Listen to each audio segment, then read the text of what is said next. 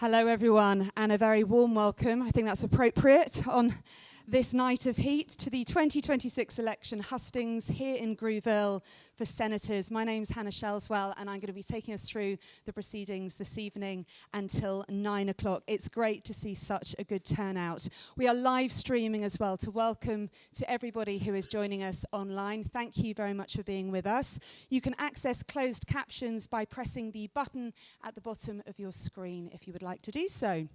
We will also upload a recording of this evening to the vote.je website and the YouTube channel.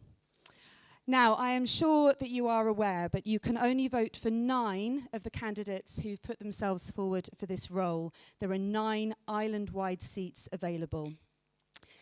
As is customary, tonight we have drawn lots as to where all the candidates are sitting. We mix it up for each of the hustings in the interest of fairness.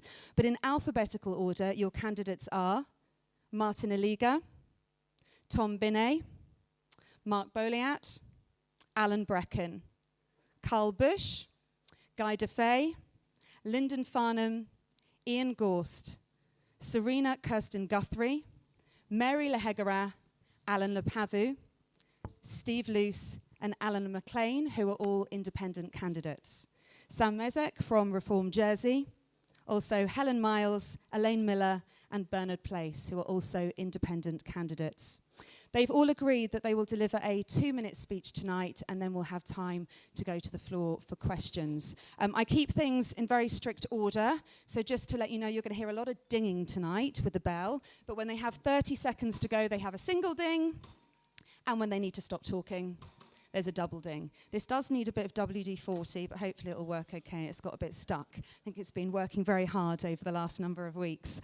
So let's not waste any more time. And tonight we are starting with Alan Brecken. So over to you, and I will start the timer. Good evening, ladies and gentlemen. I'd ask you to take this bit of paper out of your papers, because I'm going to refer to some of the figures. And I know the parish of Grouville are fairly conscious when it comes to rates and do hold people to task. In these figures, the green highlight shows expenditure in 2022 of 218 million. The pink shows in 2023 it had increased to 257 million, and the yellow highlight shows this was over a £30 million increase compared with 2022, and some of this money went out of the island to consultants. The blue bit shows this equates to over 746,000 a week, or over £106,000 a day. This is only the year-on-year increase, not the total amount.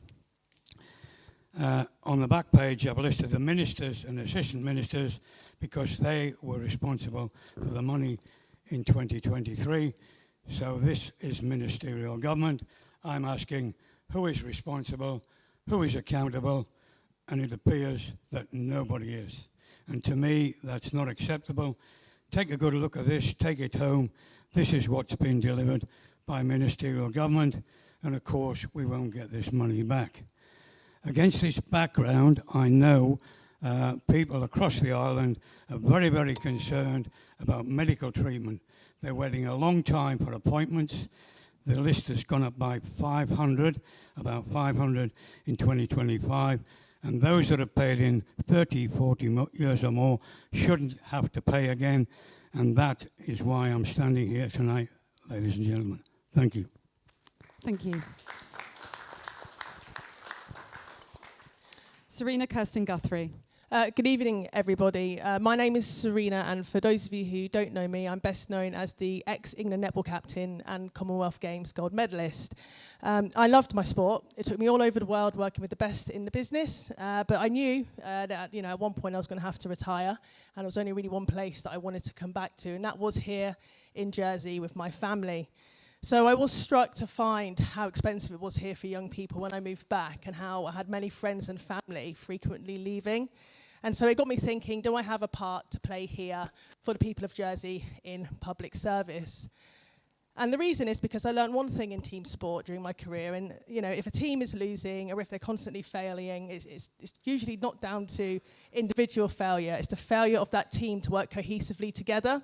And that's what I kind of feel like Jersey is at the minute. It feels like we're a team that's losing. It feels like we're a team not necessarily working to our potential. We aren't helping enough people through the cost of living. Our island isn't bringing in enough money, and we haven't got a grip on government spending. And the next government, is under a lot of pressure, right, to deliver more, try to grow the economy, and spend less. So huge, huge challenges ahead. There are some personal passions that I'd like to fight for if elected. I care deeply about the good that sport can do for our children, which is why I want PE teachers back in primary schools, and I care deeply about preventative health, so we can nip things in the bud, save money, and save lives. I am interested in bringing a cheaper supermarket over here, and shops like Lidl and Aldi could provide real solutions to actually helping people through the cost of living. I do think our best days are ahead of us. I truly do. I love Jersey. I love this island. But you are responsible for electing a group of candidates to finally take responsibility, take accountability, and deliver results. I'll bring this mindset. Thank you.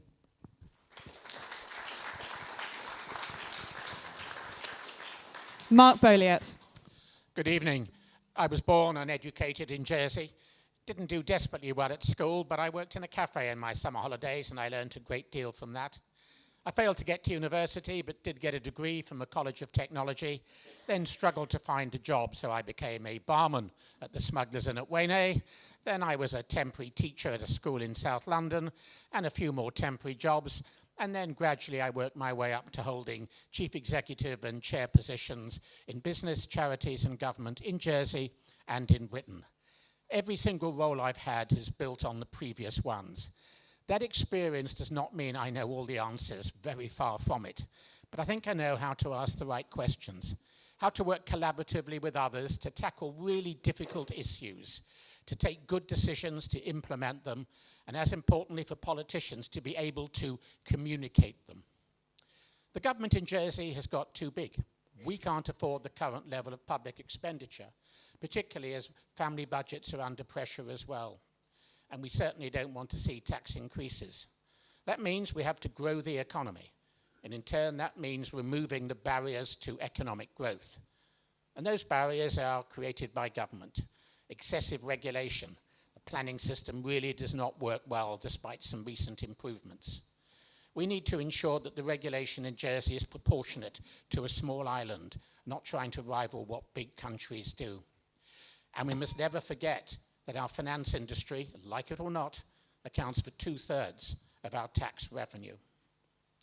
Jersey really is a very special place, proud of its fantastic heritage, dynamic and outward looking. I want to keep it that way. I want to play my part, if elected, working collaboratively with all members of the Assembly, with business, with charities and with communities, to give to you, the people of Jersey, the government that you deserve. Thank you.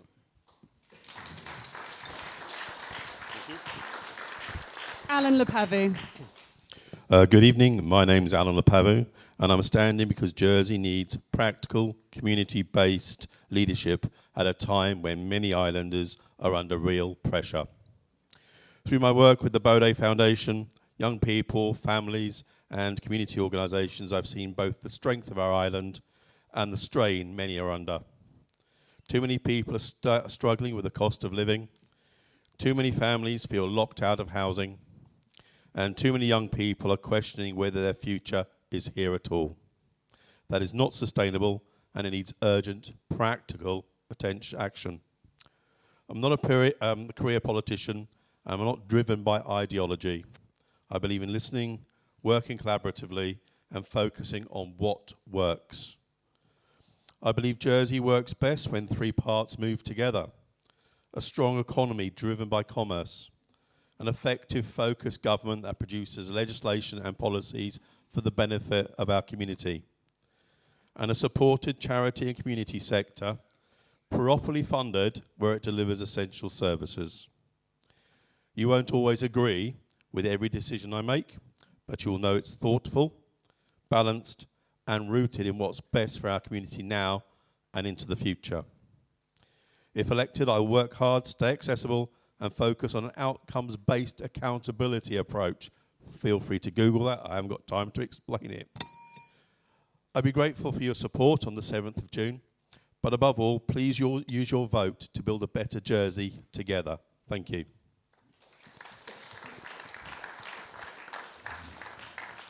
Helen Miles. Good evening, Grouville. I'm Helen Miles, and I'm an independent candidate. My background is in criminal justice. I have a PhD in criminology, and I've enjoyed a 30-year career working for Customs and Immigration, Probation and Aftercare, and the States of Jersey Police. I was also a founding member of the charity Autism Jersey, and I'm a former independent member of the Public Accounts Committee. Currently, I'm Deputy for St Brelard. I've served as Minister for Justice and Home Affairs, and I'm now Chair of the Corporate Services Scrutiny Panel. And this has given me a very balanced experience in the States of serving both in government and on scrutiny. As a Minister, I established the Violence Against Women and Girls Task Force and delivered the Building a Safer Community framework to support early intervention against crime. I introduced a 3-year work permit to help recruit hospitality staff and negotiated a scheme to increase the numbers of French day trippers to boost our tourism industry. On scrutiny, I led a review which made recommendations to strengthen our vital parish system. I cherish Jersey's identity, our history, our language, and our traditions, which we must promote and keep alive. I'm standing for Senator so that I can use my experience to help address our many challenges. We need to support lower-income families with the cost of living. We must control state spending and live within our means. And we need to ensure that our young islanders have hope of an affordable future in Jersey. We need to retain, develop, and support our local talent, and the public sector should lead by example. Equally, we must welcome people with the skills that the island needs, and we should always treat them with respect, appreciation, and dignity. We live in a wonderful island, and with positive change, we can be optimistic about our future. Thank you. Martin Aliga. Hello, Grouville. Can I see some smiles? We are not mourning here. We are looking for votes. I want to see people happy to choose their leaders because it's a beautiful idea to come together. Democracy should be good. I'm here with some good news for you. And the good news is this. Some people think I don't know how to read because I always speak from my heart. Today, I'm going to speak from my heart while reading. Now, enough is enough. Silence is compromise. So for how long will Jersey look at things passing by, going south, and doing nothing about it? As an immigrant, I'm here to stand and join Jersey Beans. Together we can do this. Dear Grouville parishioners, I have a letter for you. Today, I want to focus on one of the many special subjects of my heart, and it is the pro-life, procreation, and family-oriented man that I am. By now, you should be aware that I am married to a Jersey girl, not a Jersey man, sorry. I am married to a Jersey girl. Well, of course, there are some people who are married to Jersey men, so that's okay, isn't it? So for me, I'm married to a Jersey girl. She's called Mary Bisson. We have 5 beautiful children. A community without children, by the way, has no future. Why do I think that we need to raise the childbirth rate in Jersey? I think that further subsidized childcare needs to be put into place to support parents with 2 or more children. We need to also consider a 10% tax cap for families raising 3+ children until the youngest one is 16 years old. Tax holidays for mothers who are actually working and doing their own things from home at 16 years old, then they can pay full tax. That's some idea for us to discuss. Thank you. Thank you. Alan McLean. Ladies and gentlemen, Jersey isn't working. Families are under pressure. The weekly shop costs more. Housing costs more. Frankly, everything costs more. And while families tighten their belts, government is doing the opposite. Bigger, more expensive, more bureaucratic. Last year alone, government spent £118 million more than it earned. That's not sustainable. There is no magic money tree. There is only your money. I previously served as Economic Development Minister during the global financial crisis. We didn't just talk, we acted. We merged the ports and saved £1 million per annum. We created Digital Jersey and Jersey Business. We backed local enterprise. We improved connectivity by introducing EasyJet and re-establishing the Heathrow route. Then, as Treasury Minister, I tightly controlled state spending, delivering balanced budgets, expanded the student finance scheme so more could access university, and introduced a new 20% tax rate on mostly large foreign-owned, non-finance businesses trading in Jersey. This brought in tax revenue that they had previously lost to other jurisdictions. We need sound business thinking and financial discipline again. We need to cut government waste by redesigning service delivery and adopting technology for smarter, faster, cheaper public services. We need a government that proves its pro-economic growth by removing unnecessary red tape and speeding up decision-making. A strong economy is not a luxury, it's what attracts investment, creates good jobs, and pays the bills. It gives our young people hope and a future. I'm not standing because I need a political career. I want to return to politics because I care deeply about this island. We need a Jersey that works for everyone, a more affordable Jersey. But it will only happen if we have the courage, discipline, and leadership to make difficult long-term decisions now. My name is Alan McLean, and I ask you for one of your 9 votes on June the 7th. Thank you. Thank you. Sam Mezek. Good evening, ladies and gentlemen, and God bless you for being here with us on such a beautiful Jersey day like today. I've been a States member for the last 12 years, and I've served in various roles as a deputy and senator, chief scrutineer, and for the last 2 years as the Minister for Housing. And I think the theme of this election for me is turning the tide. Now, as islanders, of course, we're very familiar with the tide. It rises and falls twice a day. And I think that's a really useful metaphor to look at Jersey over recent decades. My parents' generation tell me about a Jersey that felt like a place of hope and opportunity, where if you worked hard, you would enjoy a decent standard of living, be able to afford your home, and enjoy yourself as well. But for younger generations, the Jersey they've experienced is very different to that. An island where for the last 20 years we've had economic stagnation, where real terms earnings have been frozen, and where public finances have now become completely unsustainable. Previous generations felt a rising tide, whereas younger generations have felt a falling tide. And like all things, these go in cycles, but that doesn't happen through complacency, it happens through action. And I think the next government must turn the tide and make this once again an island that's a place of hope and opportunity for those who are prepared to work hard for it. I think there's 3 things that next government should do. It should address the cost of living, prepare Jersey for the challenges of the future, and restore accountability to government. And all of that, of course, must be underpinned by a strong economy. I hope that I've shown in my time as a States member that I'm an effective politician, a decisive minister, and a capable leader of a team that is united and constructive. I'm a team player, and when I've served in government, I've helped provide that balance to make that government reflective of the people of Jersey. And with your support on the 7th of June, I hope that together we can turn the tide. Thank you very much. Guy Dufay. Well, the senators are back. Yippee. And here we go. The fairest vote of the lot. All islanders with the vote can take part.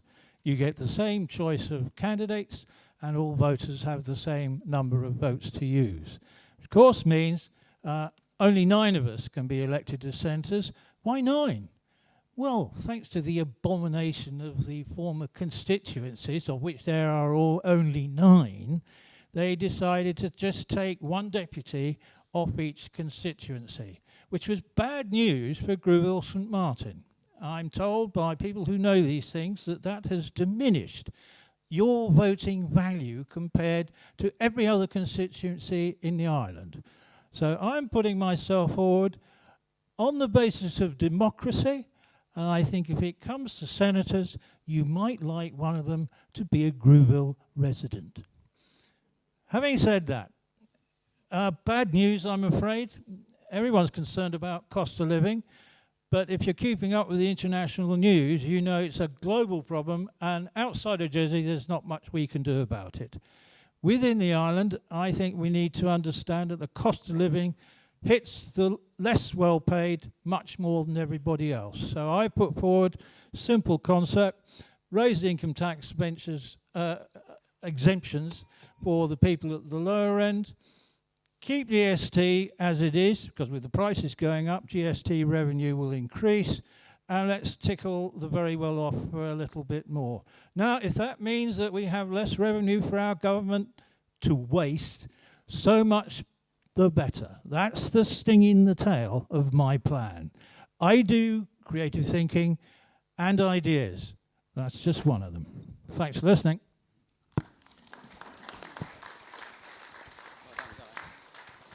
Lyndon Farnham. Good evening, everyone. My name is Lyndon Farnham. I was born in Jersey. I have lived here all my life. I raised my family here, and I'm standing for election because I too care deeply about the kind of island we're shaping for future generations. Since becoming Chief Minister in 2024, I have worked to restore stability across government, strengthen discipline in our public finances, and get government working together. We have made progress. We have halted the growth in the public sector, reduced reliance on consultants and external staff, saving £44 million over the last 2 years. We've enabled 153 islanders into home ownership through the Step Up scheme, and we are implementing all of the 76 recommendations of the Violence Against Women and Girls Task Force report.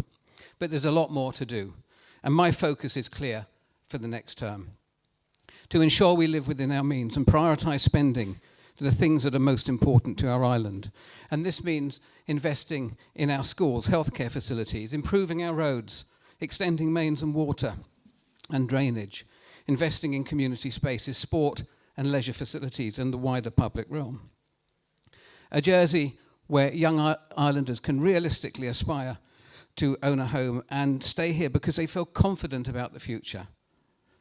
A Jersey where older islanders feel secure, supported and able to live independently with affordable care when it is needed. A Jersey where businesses can grow and compete without being weighed down by unnecessary costs and regulation. I'm optimistic about our future. We are a resilient island with enormous strengths, a strong community of hardworking people, a successful local economy, and a clean and safe environment. But in these challenging times, Jersey needs leadership that is steady, experienced, forward-looking, honest about the challenges, takes responsibility, and get things done. Thank you all for being here this evening. I hope I can rely on one of your votes on the 7th, and thank you very much.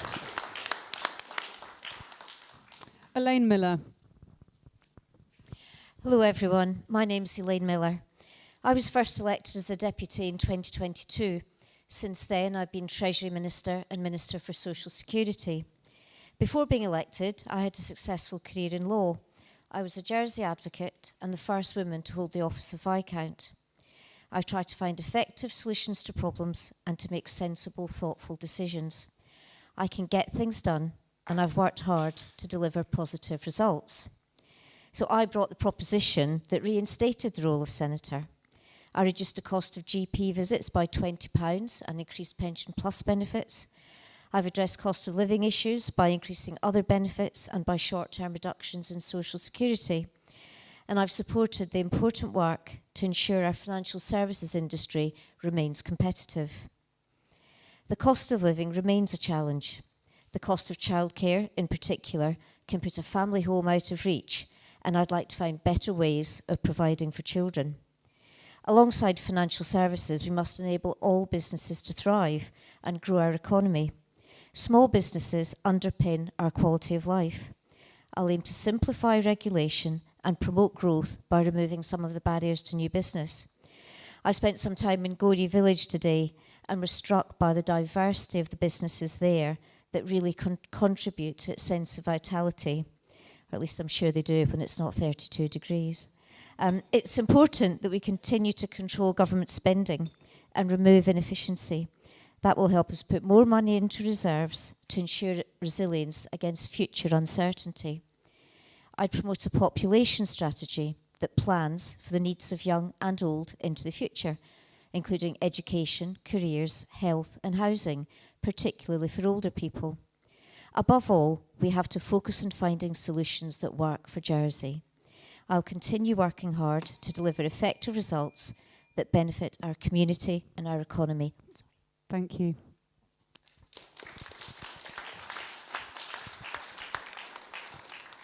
Ian Gorst. Good evening and thank you for your warm welcome.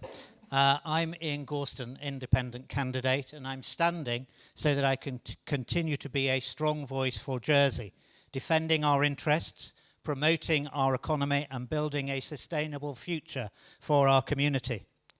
These are challenging times and they call for experienced, calm and serious leadership. People and businesses across the world are craving stability, and that is what Jersey must continue to offer.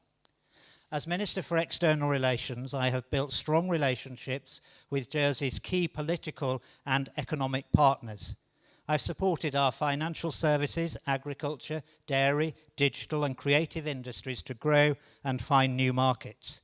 We have a resilient economy, but we cannot be complacent. That is why I want to drive forward our competitiveness strategy so that we deliver economic growth and embrace innovation in the face of increased global competition. Investment in frontline public services is only possible with a strong economy supporting a diverse range of local jobs. In recent years, government has grown at an unsustainable rate. I have been, and I always will be, a voice for restraint to control public spending and ensure you keep more of the money you earn. Government should be an enabler, interfering less frequently in our lives and recognising that it does not usually know best. Jersey has always adapted to changing times. With strong, effective and proven leadership, we will do so again. I ask for one of your votes on June the 7th. Thank you.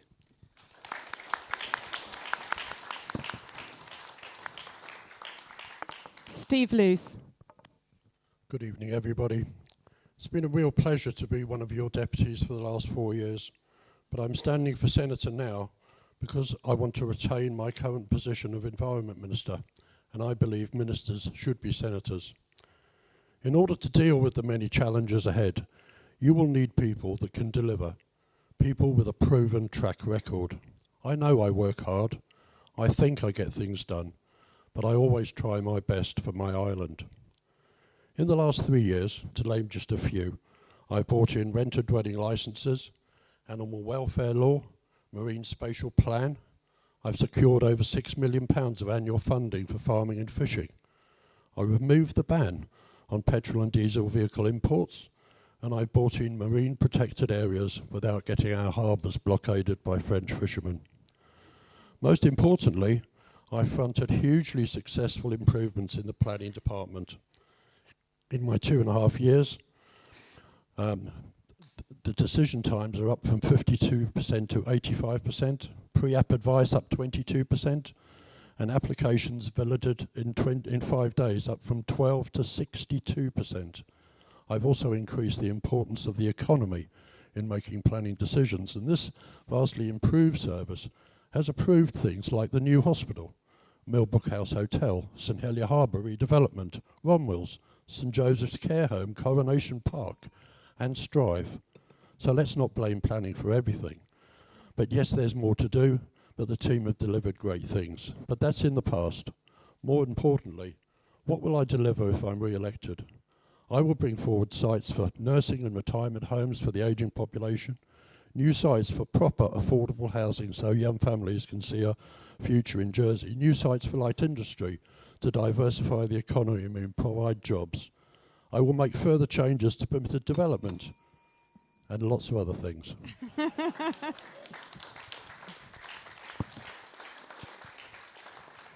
Thank you. Carl Bush. Good evening, group. Is that working? Yep. Good evening, Grouville. Carl Bush, standing for Senator. A new face to the political arena over here. I do come with experience, though, and that experience covers local government back in the UK and also social enterprise, which I brought with me. Now, tomorrow you are going to see a very bold statement from me in the JEP, and it revolves around health and care. I have got personal experience of both. I've made, along with my wife, we've made a long-term care application within the last year.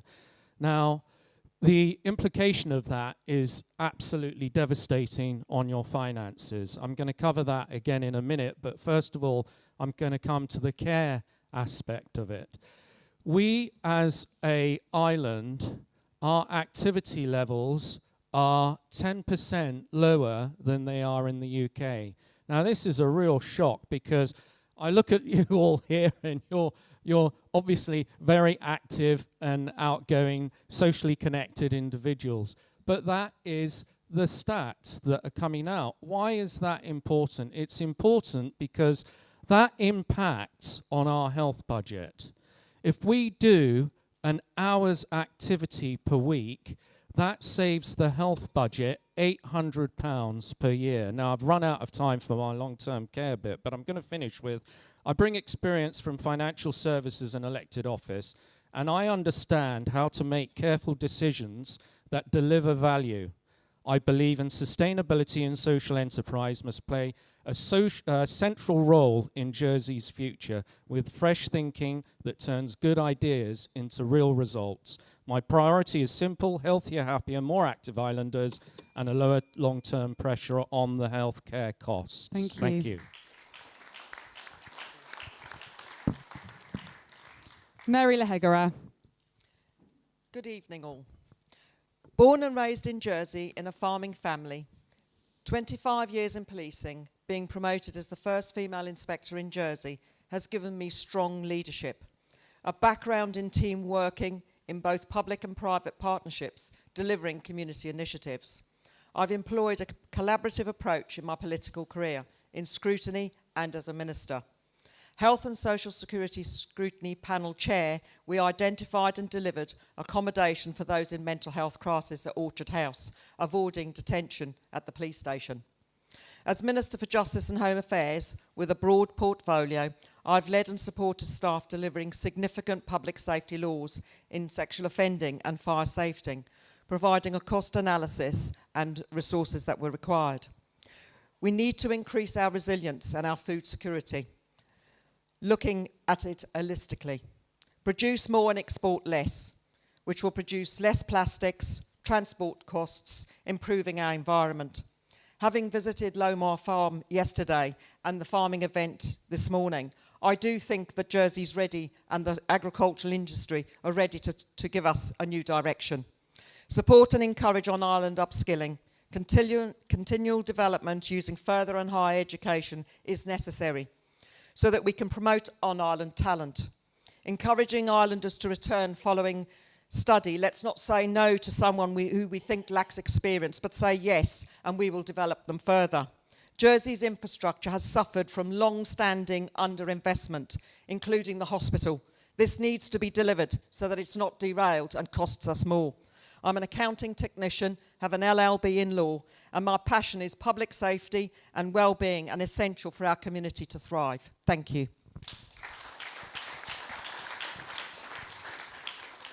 Bernard Place. Good evening. My name is Bernard Place, and I'm standing as an independent candidate for Senator because I believe islanders are looking for practical and sensible answers to the pressures we face, especially the cost of living, housing and healthcare. After 40 years in public service, including many years as a registered nurse, I've worked from the front line to executive board level. I understand both the human impact of public services and just how difficult they are to run well. Jersey needs now to focus less on promises and more on making services work better. Healthcare is our largest public service and one of the biggest pressures on public finances. Islanders rightly want spending that supports doctors, nurses and frontline care, not unnecessary bureaucracy and duplication. Before asking Islanders to pay more, we should first ask whether services can be delivered more effectively and more sensibly. That means better organised services and better value for the money Islanders already contribute. Now, this election is also an opportunity to widen the experience and perspectives in the States Assembly. I respect those already serving, but there is value in adding practical public service experience to that Assembly. Many people who read my Jersey Evening Post articles describe my approach as sensible. Now, I'll take that. Sensible is good for Jersey, because after 40 years in public service, I've learnt that the loudest answer is not always the best one. The best solutions are usually practical, measured, sensible. And that is the approach I hope to bring to the States Assembly as one of your 9 senators. Thank you.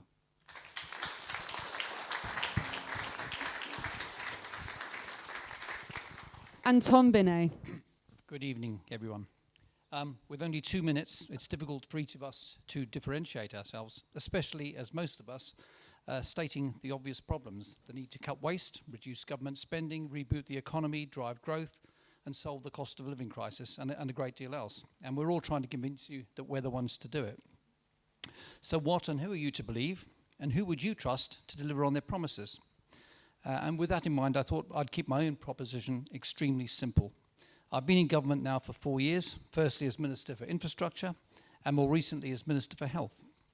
I've worked extremely hard in both roles and certainly hope that I've made a difference, especially over the past couple of years in health, where a lot of foundational work has been done to improve the service in the coming years. And I'd just like to mention that in that work I've been greatly assisted by 3 excellent assistant ministers, and believe me, we started that work in a very bad place indeed. As far as addressing the major issues is concerned, the ones that we're all promising to solve, I can only hope that in my case you'll take account of the work that I've done up till now, and possibly the experience that I might bring from having been in business for a very long time.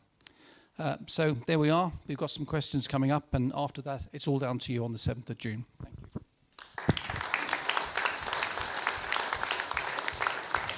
Thank you very much, and thank you to all of the candidates. Right, it's time now to take questions from the floor.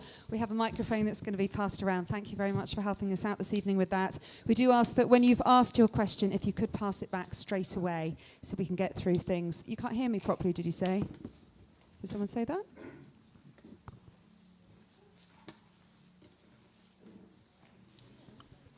Do you hear me better now? Yeah, that's louder. Okay, good. Right, we have all decided, well, the candidates have decided, may I say, that we will take questions from parishioners first, so they will be prioritised. So if you could tell us your name and also where you live as you start your question, that would be very helpful, thank you. Please keep them brief. We ask that we don't hear long statements, that you do get to the point. If you don't, I might need to ask you to get to the point a little quicker.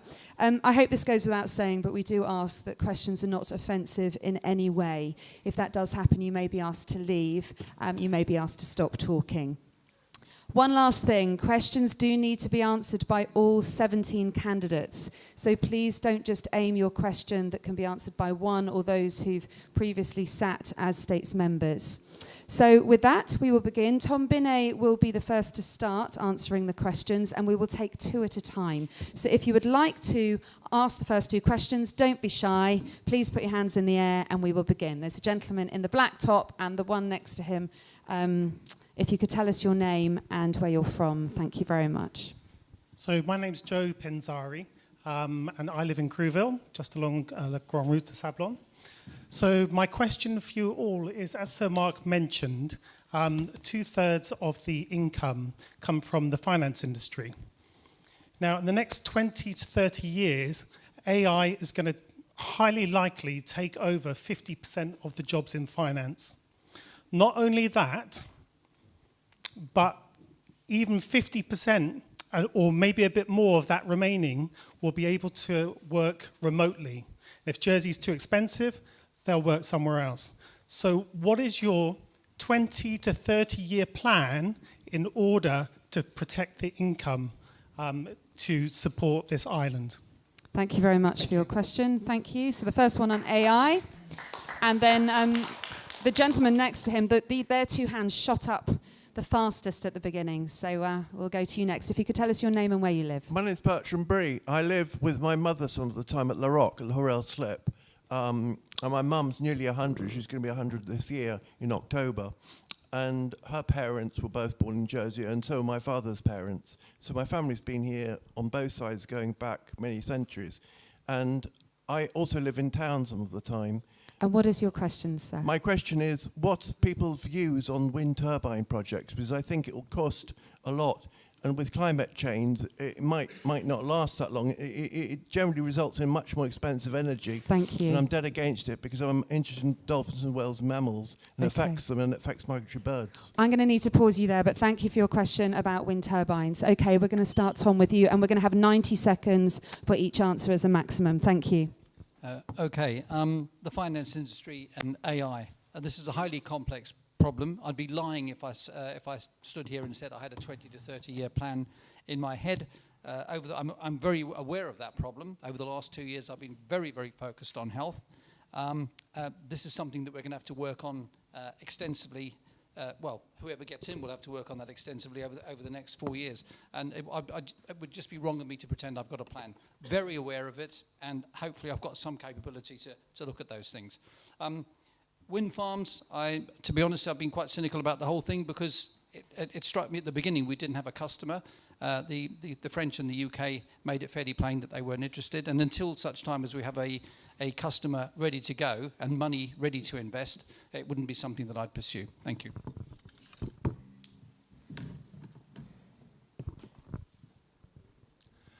So the plan has to be based on a different kind of economic model. If AI is going to take away those entry-level jobs, it'll also stop those people who would have got those entry-level jobs moving on to senior positions themselves. So it's a call to develop a different model, which is known as a circular economy. It's keeping as much as possible on the island, as much revenue on the island as possible. Now, there will be jobs which are resistant to AI.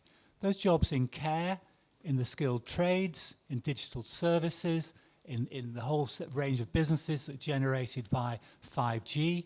So that there are many jobs that don't yet exist.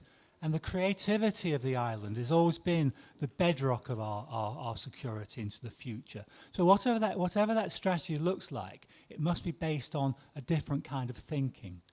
In terms of wind turbines, in terms of wind farms, no, the case doesn't add up at the moment. We're getting green energy from France. We need to find ways to work on how to save energy and preserve energy and reduce waste before we start spending literally tens of millions of pounds on something which is literally a windmill to tilt at.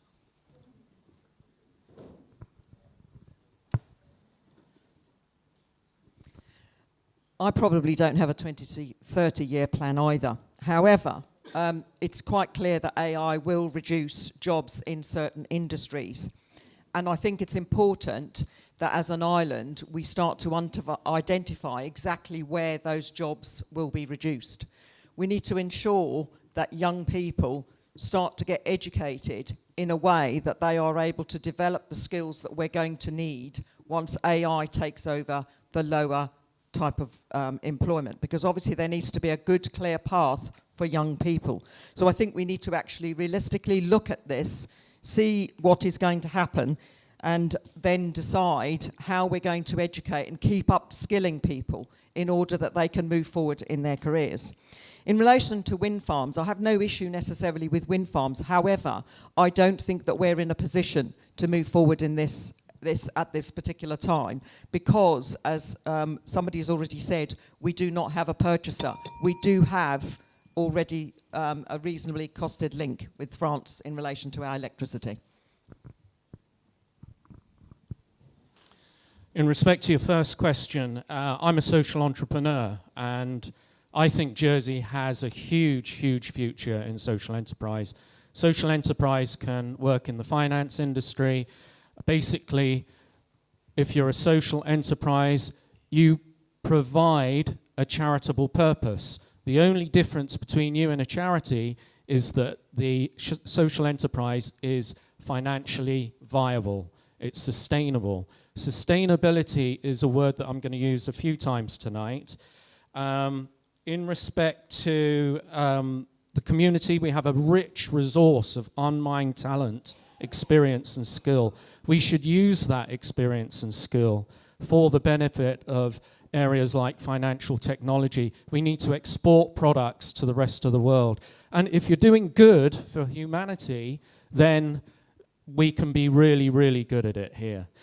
In respect to growth from the finance industry, I think we've got 70% of GDP expected to come from the finance industry, and I think we should be very concerned. So we need to diversify. We need to diversify pretty quickly. As far as wind farms are concerned, we need to keep in touch with environmental issues and sustainability again. Our children are growing up and they're concerned about the environments that they're growing up into. So we need to keep connected with wind, solar, but that's another question time. about Thank solar. you. Joe, thank you for your question. AI is something I've spoken about already on the Hustings tour. But for me, I see it more positively. I'd like to see an increased output from the same number of people employed. I accept that there will be some substitution of jobs, but recently I've been to a business that have doubled their output with the same number of staff paying the same amount of wages. They've done that using AI. So there is a future for us. Remote working, yes, I accept that, but certainly the skilled trades, we still will need a lot of people to work on the island to keep it going. One of the secrets will be rebranding ourselves. The finance sector in Jersey will remain strong. We are still an attractive place to come with your money. We need to keep it that way. And the Time to Win document, which has just come out, is showing us the way forward there. Bertram, your wind turbine, I was the politician leading that project, as you'll probably know. We did pause the work. I'm very hopeful that very soon we will be picking it up again, because I'm sure we're close to identifying an export market. But this isn't necessarily a wind farm about low carbon. It's not necessarily a wind farm to provide energy security. This goes back to Joe's question. This wind farm can and will create a lot of money for this island. And I think we need to bear that in mind as we move forward. The climate is changing. We need to use and produce sustainable energy. Today's weather is just an example of what will happen if we don't take action, and I believe a wind project can do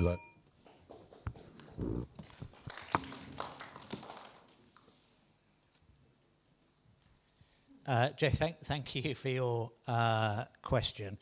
For me, it's one of the most important issues that the government and the island will face over the next 4 years, not the next 20 or 30. I don't think any of us can fully understand what 20 or 30 years is going to look like with the use of this technology. Others have pointed out to the Time to Win programme, which has really got at its heart, making sure we are prepared for the future.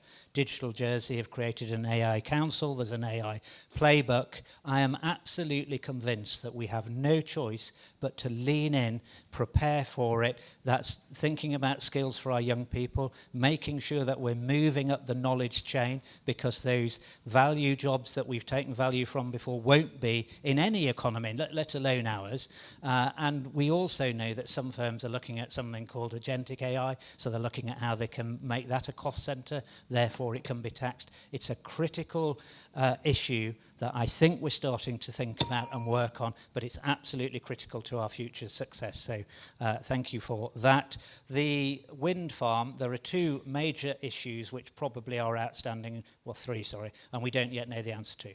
One is, where are we going to connect to? Could it be connected to the UK? Could it be connected to France? We don't know. And tied in with that is a regulatory framework. We are not sufficiently, if we were going to regulate it ourselves, we'd have to create a whole new government department. We know how well that ends. We don't want to do that. And we haven't got a market for it. So the two big hurdles. And that's time, Ian. Thank you.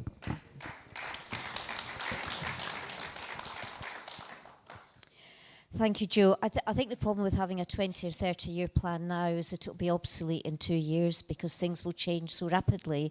So I think we do have to have a plan, but I think it needs to be constantly under review, and that's exactly the thing I spoke about, by having the population strategy, including things like careers and skills. We have to make sure that we're educating our children properly, that we're educating adults as we go through life, because everybody just assumes we all understand how to use AI. It's not necessarily intuitive for everybody. So we do really need to get that right.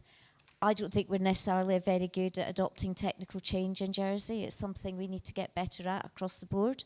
But yes, we do need to do it, and we need to think very carefully and have a plan and work really hard on making sure that we get the best use of AI, so that what jobs we do have are high value, high skilled and highly productive. So we do really need to do all of that. Financial services is a main driver of that. Jersey Finance have got Vision 2050 that they will continue to work on. Wind turbine, I'm kind of open-minded. There are places do it very well. I bore everybody by saying I was in Orkney last year. Orkney produces more than 100% of its own energy needs through using wind turbines on land and on sea. I'm not suggesting we do on land here, but there is a lot to be said for energy security and sovereignty and having renewable power that we can have some degree of control over. Thank you.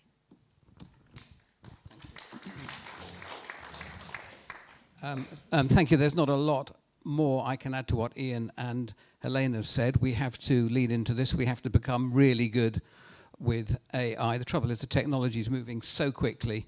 It's a bit of a moving target at the moment. So short-term plan, as somebody said, a plan is dangerous, but planning is everything. So I think we're going to have to see some ongoing planning until we really understand where this is heading. But I think it's positive. I think we're going to see better productivity. It's only a few short years ago that we were worried about our rising population and how we were going to manage that. So if we can produce more economic output with less people whilst maintaining the size of the economy that we need to move forward, I think that could be a positive thing. I'm a firm supporter of renewable energy. There are challenges with the wind farms because of markets and guaranteeing markets into the future. France, for example, are on a big expansion program of wind farms, so there's a chance they won't need to buy power off us in 10 years from now. So I think we have to be careful. I wish tidal technology had come on a bit further, because we have 2 tides a day, and if we could harness that, we could, I think, make ourselves energy sufficient forevermore. Thanks very much.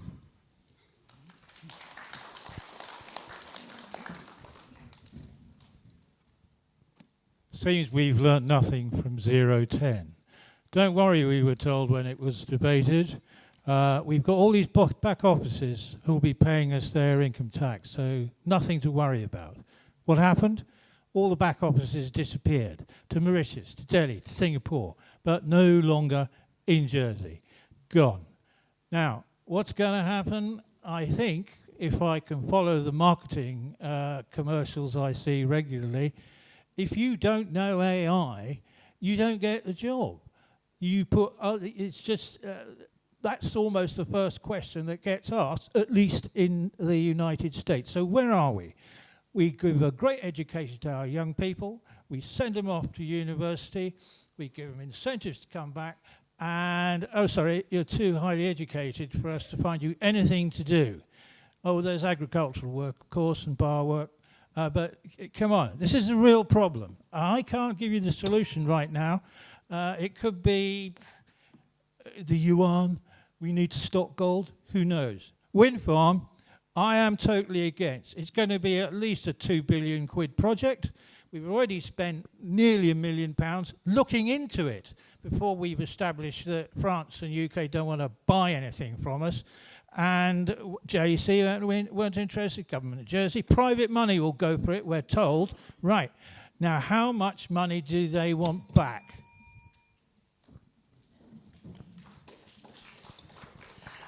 Thank you, Joe. And that is a really tough question, because none of us truly know what's going to happen in the coming decades on this. But you were specifically asking about plans to protect our income from the finance industry, and that income is obviously fundamental to Jersey's economic well-being, our prosperity, and quality of life. And if the industry, because of technology, is going to be just as or more productive with fewer people there doing those jobs and paying income tax, then that's a really big issue for us, especially when you consider that we're very limited in what we can do with corporation tax whilst maintaining Jersey's competitiveness. So I would be offering just platitudes if I said I had a clear answer for that, because nobody does. But if I could lean into that tide metaphor again, we have to make sure that we are swimming with the tide, and the Time to Win report that government commissioned was a fundamental part of that. We need to make sure the next government rolls its sleeves up and actually implements the recommendations in that report and doesn't let it sit on a shelf, £1 million spent, wasted. Speaking of £1 million spent, wasted, the wind farm project, we have not got any further forward as a result of that. And whilst I'm open to the idea, it would not be at all costs. I don't want us to simply rent off our seabed and get no benefits to the island at all. If we're going to do it, we should have energy resilience as a key part of that, and proper economic benefits to the people of Jersey through their bills and job opportunities and everything else with it, and not simply rent it off and get a bad deal, which is something government could do if it's not approaching this properly.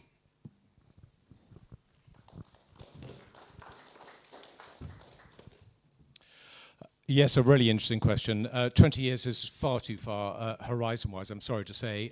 We have to look short-term. It's already been mentioned, the Time to Win report. The heart of that is about competitiveness, and it's about industry, government, and the regulator working together to sustain the financial services industry and to allow it to grow. That's crucially important. AI will have an impact, but I believe it'll have an impact that could well be harnessed by the island if we're clever at what we do and we get the right advice. New opportunities that we haven't even heard of yet will develop themselves really quickly. And I think at the heart of it all is going to be education. If you look at places like Estonia, they're already ensuring that at primary level, kids are being taught coding, AI, and what have you. So they come out of their education not AI anxious, but AI literate, and that's crucially important that we get that right. We also need an economy that, and an island and government that is accommodating to business, ensures that barriers for business are reduced, make sure regulation, red tape, and bureaucracy is also at sensible levels so that we can diversify. There are huge opportunities. Just on the AI side, it's not just low-level jobs that are going to be impacted, by the way. It'll be much higher jobs, you know, even accountants, lawyers, and research areas, and what have you. So again, that's the scale of the challenge that we're facing. As far as energy is concerned, we're very fortunate to have the nuclear option. Sustainable, clean energy is something that we're very fortunate to have. I'm a fan of renewable energy when the price is right. We've got to look, of course, at wind farms, which aren't very appealing to look at. Thank you. Thank you, Joe, for your question. It's a very contemporary question, I must say. What you caused me to think is we need to have people like you involved in such questions. So I'm thinking of think tanks. So the problem we're having is we expect temporary elected members to come to power, to come to leadership, and cause changes immediately. Yet we have people who are employed to work for us, and there's maybe not even enough room to give them to think for the government. Now, I want to turn on to what Lyndon said, something to do with planning as we go on. I think that was the reason why the hospital was never pulled up, because every government came and they were planning, and it costs us so much because there's no benchmark on what we want to achieve. So when we have a think tank team, they are going to help to project long and perspectives of where the tide, like Sam is saying, we need it to follow the tide. But if this tide, we do not know how it's moving, it's going to sweep us off the rail. So I think we need a think tank team that can help any new government. They are consistent, they take us forward. So they hold us to check. And that falls together with the issue to do with the windmill. Because where do we benchmark windmill from? Which country is actually depending on windmill? If we are going shooting in the dark, we shall end up in the dark.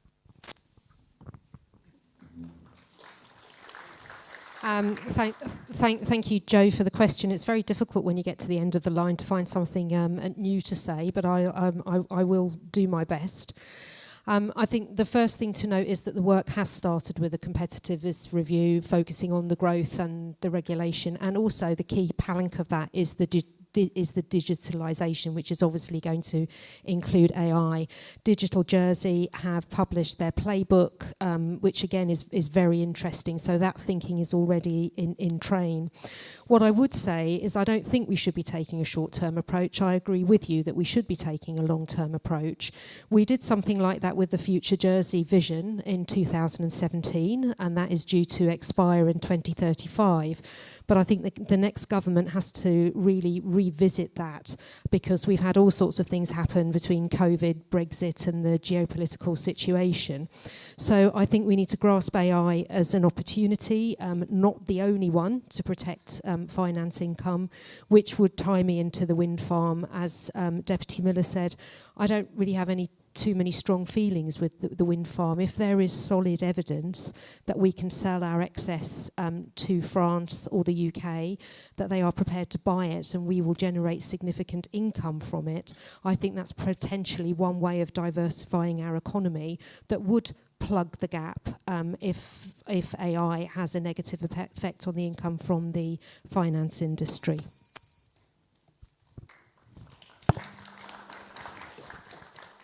Thanks, Joe.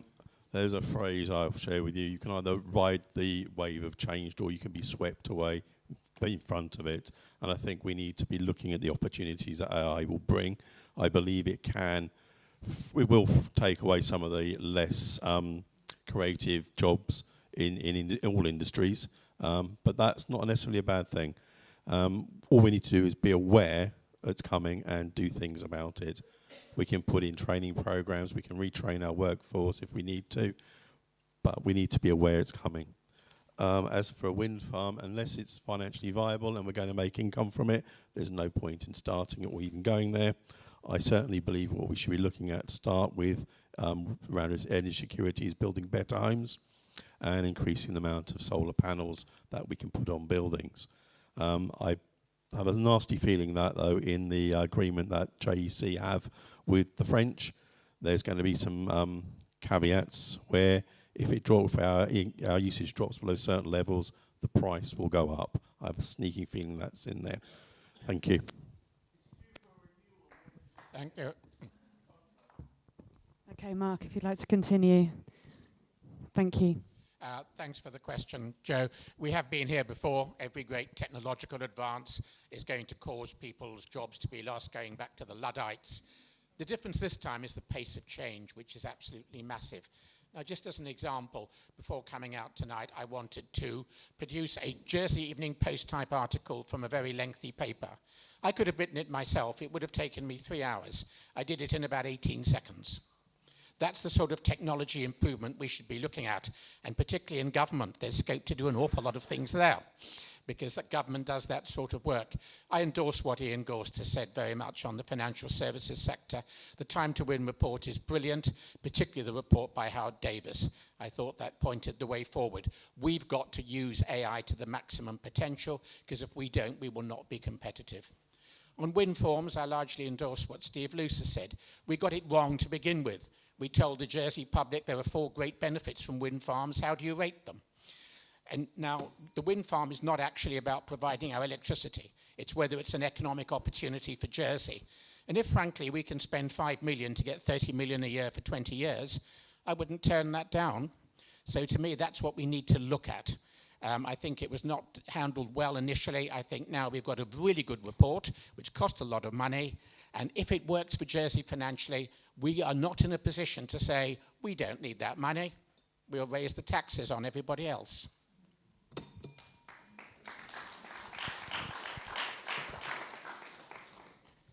Hi, Joe. Great question. I think, again, huge challenge. I'm actually aligned with Helen. I think a lot of people in Jersey are a bit tired of the short-termism that's involved in government, and I feel that's potentially what's been stopping some of the progress that we're all desperate to see. So I do think we have to challenge ourselves in the next government as a whole of States Assembly around what are we talking about here, and is it going to help the next States Assembly? There's a really famous saying in the All Blacks, you need to leave the shirt in a better place. And I think we need to readjust our mindset that we're setting up the next government to hopefully take us to the next level and not feeling like we're going backwards rather than forwards. The Time to Win report, as Ian and many other people have said, is a really brilliant report. I actually think we can roll some of those key principles out across other industries and other sectors. And we need to challenge the systems holding back innovation. We need more innovation. Let the people of Jersey come up with different ideas that are going to take the island forward, relevant for Jersey. I think I'd love to see more of that. And data-driven decision-making. I think this is going to be really key in what is going to be a very technical industry as it evolves. In terms of wind farms, obviously, there is a high initial investment. I think we need to be fiscally responsible. At the minute, we are spending too much money, so I think, again, the business case part would be a really important part for me to consider. Similar to what Mark said, if there's a strong economic case, I think we need to look seriously at it, because we do need to grow the economy, we do need to diversify the economy, and sustainable economic growth is the key to solving the cost of living. Thank you.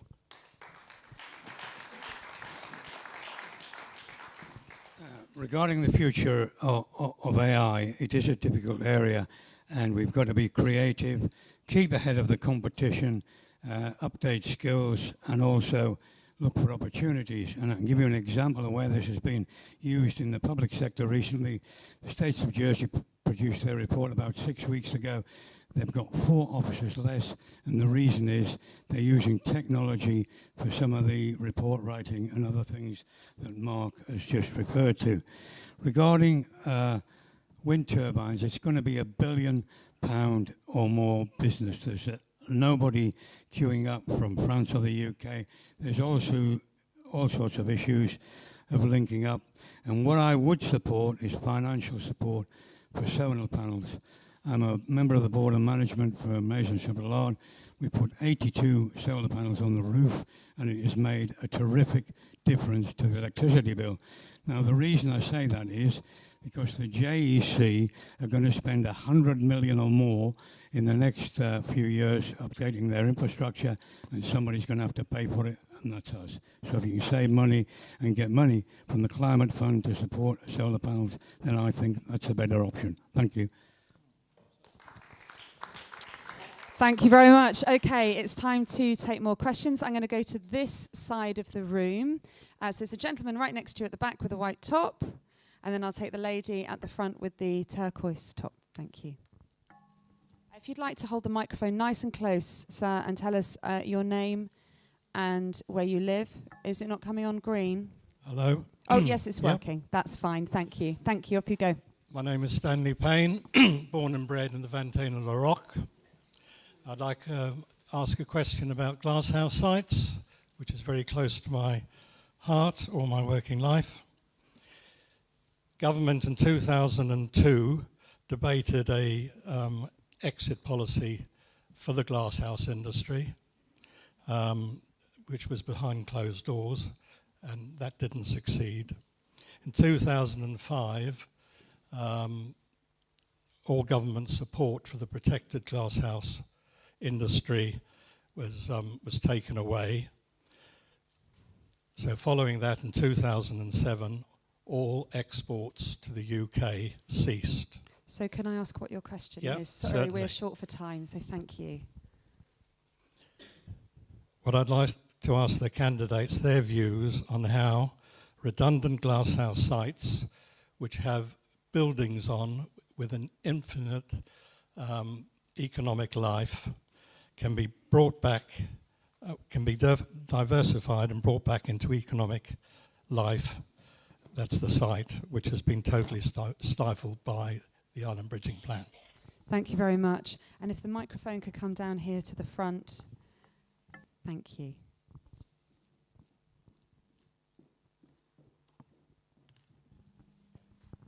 Thank you.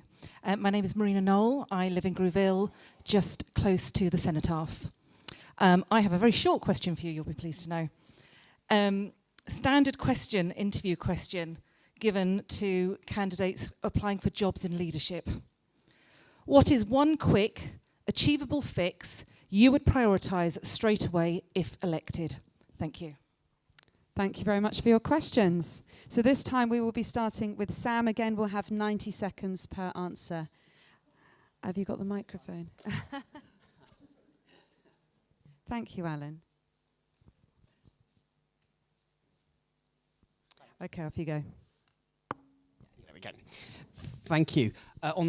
Stanley, on the glasshouse sites, well, I think you may find a different perspective from some candidates on this who seem desperate to want these sites to be rezoned into affordable housing. And would you believe, as Housing Minister, I'm actually not in favour of that, because I think if you sent a green light that you can allow these sites to become derelict, then why would anyone ever engage in that kind of economic activity when they can get a massive capital gain at the rezoning for it? So I'm personally not in favour of rezoning them, but then I appreciate that means the government then has to find mechanisms to incentivise and encourage those who have possession of those sites to get them back into economic use. I'm not 100% sure exactly what they would be, but I think if your starting point is that it's important for food resilience and the economic benefit of producing food on island and those sites, then that ought to be something that we should look into.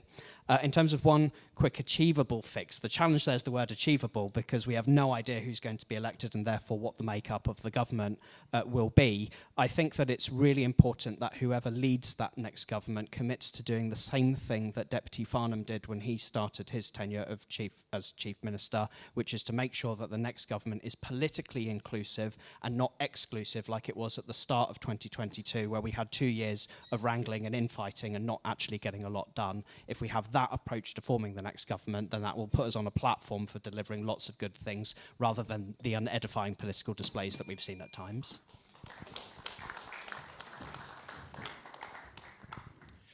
Plenty of time to think on that one. Yeah, as far as glasshouse sites are concerned, there is without question a case that the government needs to move a lot faster. It's absolutely unacceptable that this has been dragging on and on and on.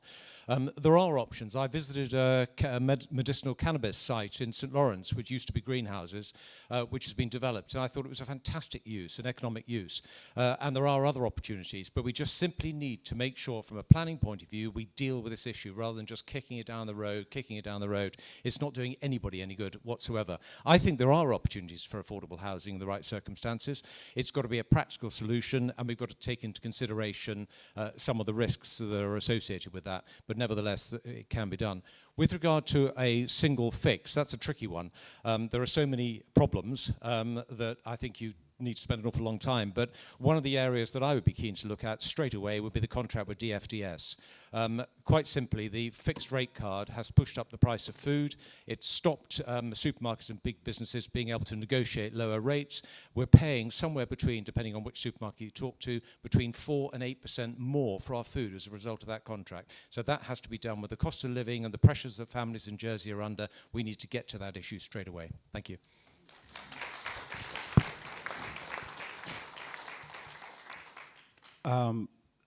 Those glass sites, in my opinion, can be used either to do what they used to do, or the owners of those glass houses should be involved in what they want to do.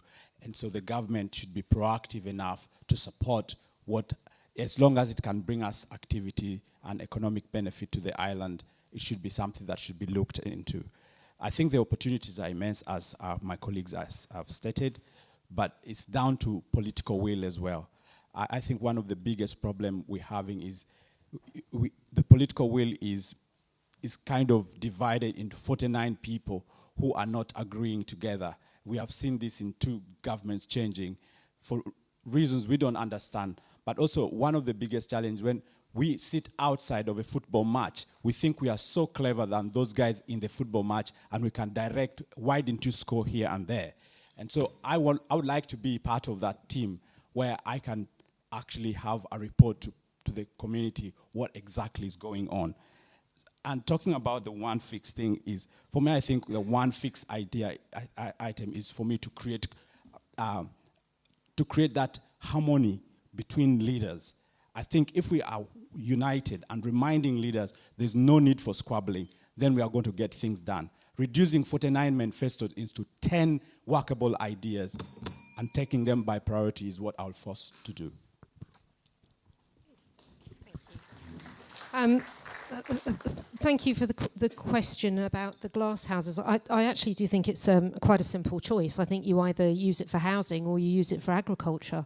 I wouldn't agree with Alan McLean for the use of redundant greenhouse sites for cannabis, because having seen what has happened, particularly in St Mary's, with the difficulties over the planning and the high resource use, if we were going to bring it back in for agriculture, I would actually look at food security and look at where we could be growing more food. But I genuinely do think it is a simple choice. We can't carry on where we are.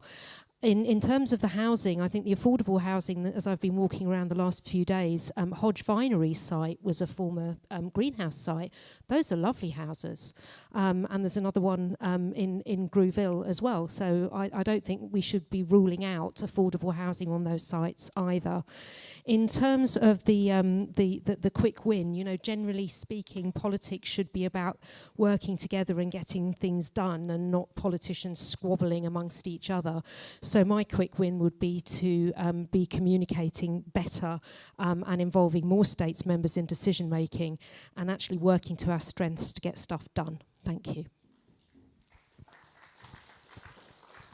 Thank you. We're getting to that point where there's very little more to add.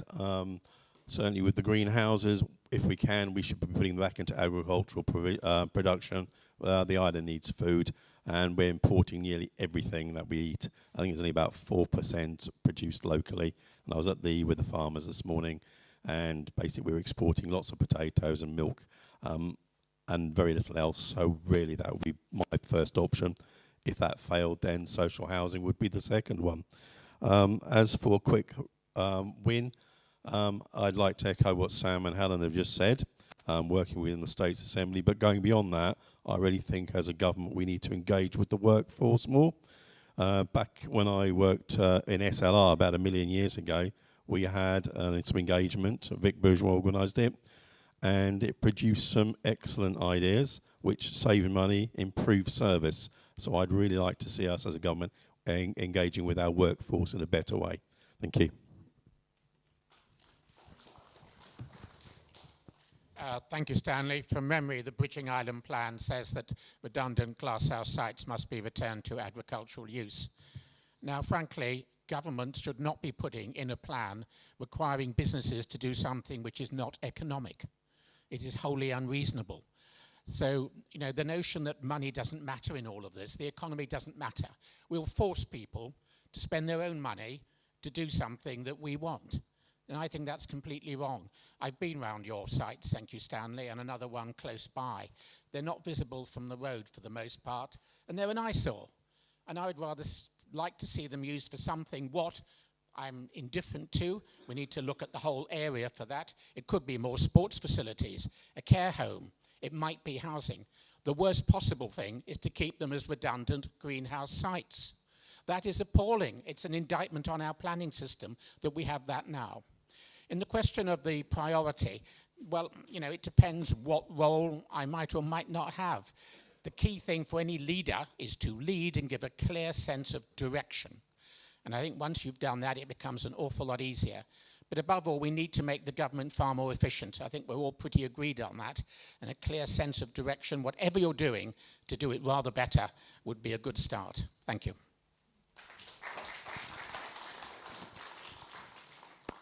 Hi, Stanley. Greenhouse sites. I've been down to the St Clement's Football Club many times. My brother played down there. That greenhouse site is a huge health and safety issue. And for me, genuinely, I think it's going to take a child to do something very serious for government to start to make quick decisions around what we do with planning to enable these sites to be quickly changed, flattened, and again, something positive done with them.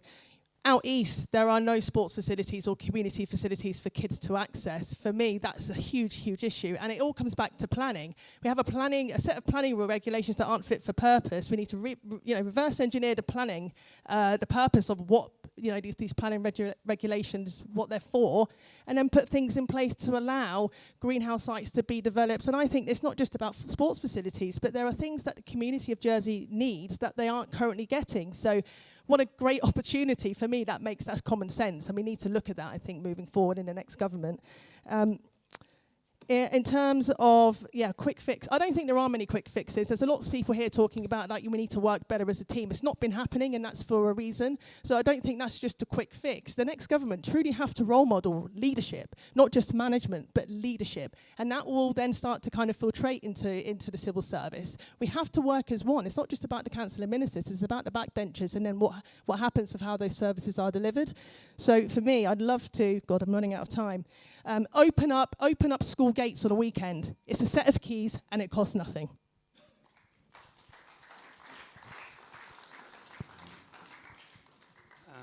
Regarding a quick fix, I think at the moment there's a massive gap between people and the politics.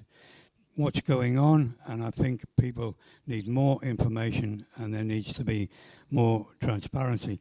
I remember coming and doing visits, Stanley, in those years, 2002, and there was a fund set aside of £4 million over 3 years, and it actually all went in the first year. I remember that. And I think you've created a good example of diversity, because it's a community facility you've got there as well, and well done for that. And I know there was issues when growers were dealing with big supermarkets like Tesco. If the weather changed, they cancelled the orders, and then you were left with stuff. And that was declined, as well as oil prices, what was happening in Holland.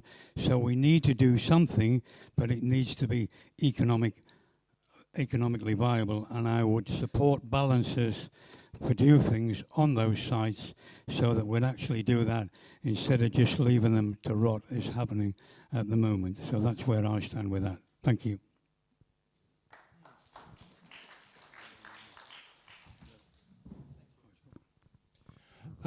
Quick one, Serena.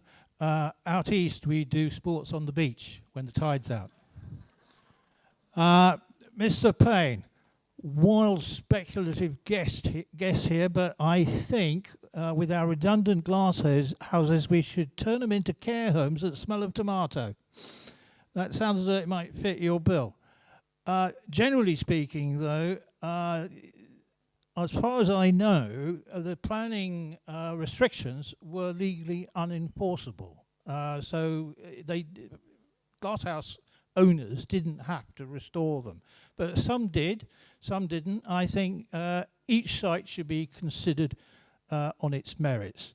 As for quick fixes, well, I think to solve an awful lot of problems, we should build more Jersey. Now, what am I talking about? I'm talking about reclamation schemes, things that actually we're very good at and have been extremely beneficial for this island. Now, I have about 4 projects up my sleeve, most of them in here, but one drawn up for me by BDK Architects, and it was a great little plan for the bit next to St Albans Harbour that nobody ever uses.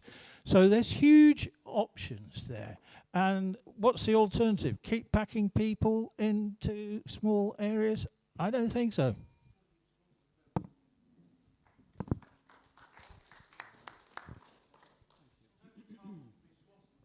Thank you. Thank you, sir. Guy. You've had an opportunity to ask your question, but if you'd like to catch up with the candidates afterwards, please do so.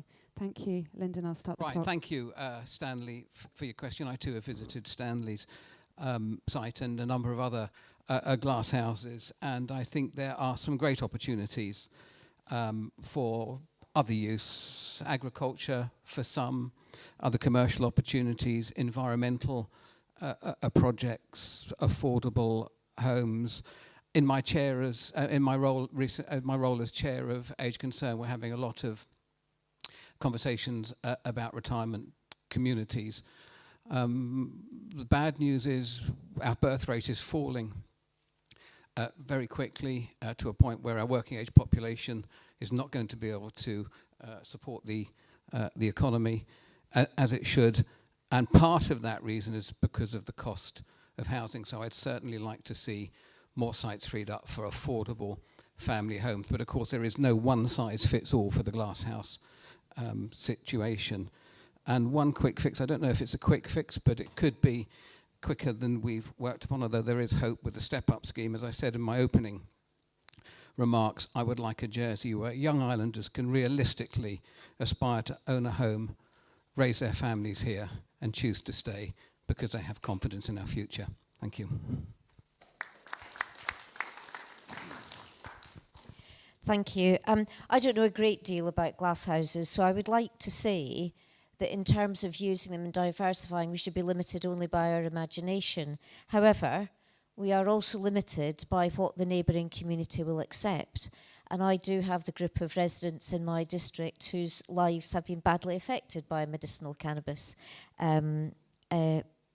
farm next door to them. So we need to always think about what the impact is. It would be great to create an entirely new industry. We're also limited by cost, because there is a cost. My understanding of glasshouses is that they are, and it's not the best word, but they are almost contaminated sites, because they are surrounded by broken glass in some cases, and that broken glass has got to be removed. That will make turning them into housing where children are going to play in gardens very expensive. So these are all factors that have got to be taken into account. I absolutely agree we should try and find something to do with them. Getting them back into agriculture would be great, but we have got to deal with the issue of the glass and what we're going to grow in it, and is it going to be affordable for people when it does actually come out the ground. Quick achievable fix, we didn't say for what. So I'd like to just think about really pressing ahead with something I'd said we'd do, which is return to multi-year budgeting. Lots of people want multi-year packages for charities. The only way we can guarantee that happening is if government also goes on to multi-year scheme. That will stop the annual increases. That's my bid. Thank you.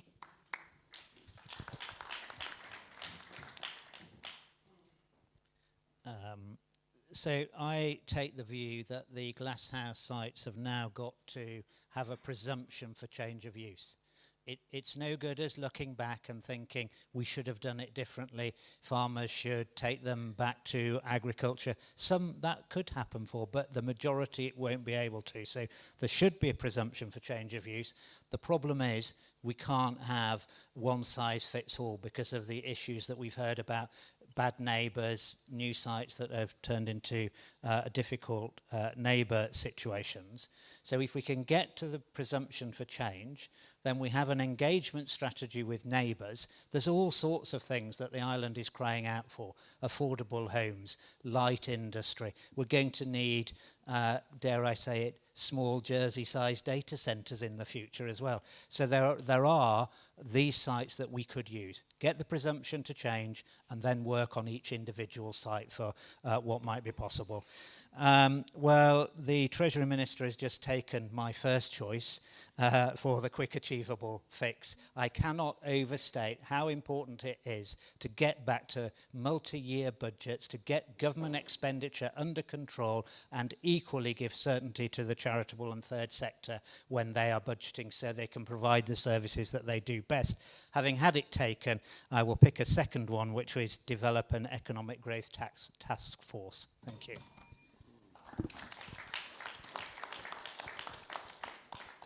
Stanley, thank you for the question. We've had a lot of criticism of planning here tonight, but of course what we should be criticising is the island plan. Many politicians on this table have voted for that bridging island plan. So what we're looking for is a new island plan debate.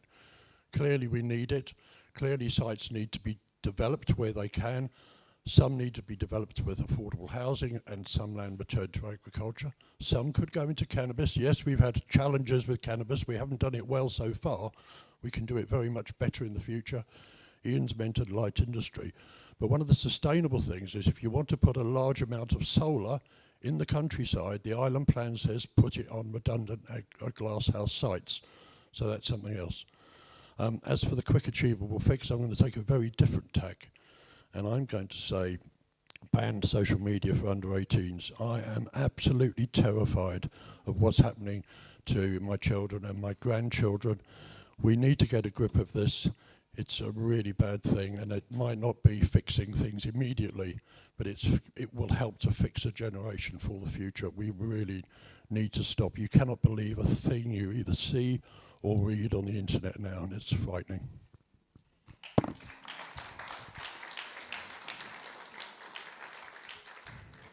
Yes, in respect to the glasshouses, I sat on planning back in the UK for local government We had cases come before us like this.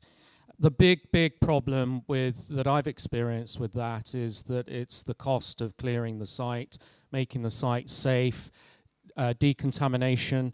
That dictates what you put on it because it's a cost. Any developer that goes in there is going to have to shelve that cost in the first instance. So I think personally what I would do when I get into government is I would put it out to social enterprise. We've got a huge resource of very bright people here on the island, full of skills, expertise and passion. Put it out to them. We've got a very, very good system that's running through government at the moment called Connect Me that gives social entrepreneurs and people who want to have a go in the community £5,000 to see that project through. Why don't we extend that to other problems like what we're going to do with the glass houses, and then look at it from a community creative point of view. Jobs in leadership, and when I get in, you'll see tomorrow in the JP that I'm big on healthcare costs, 381 million budget in the next coming year for health, 80 million for long-term care coming. They're big costs. If we don't address those...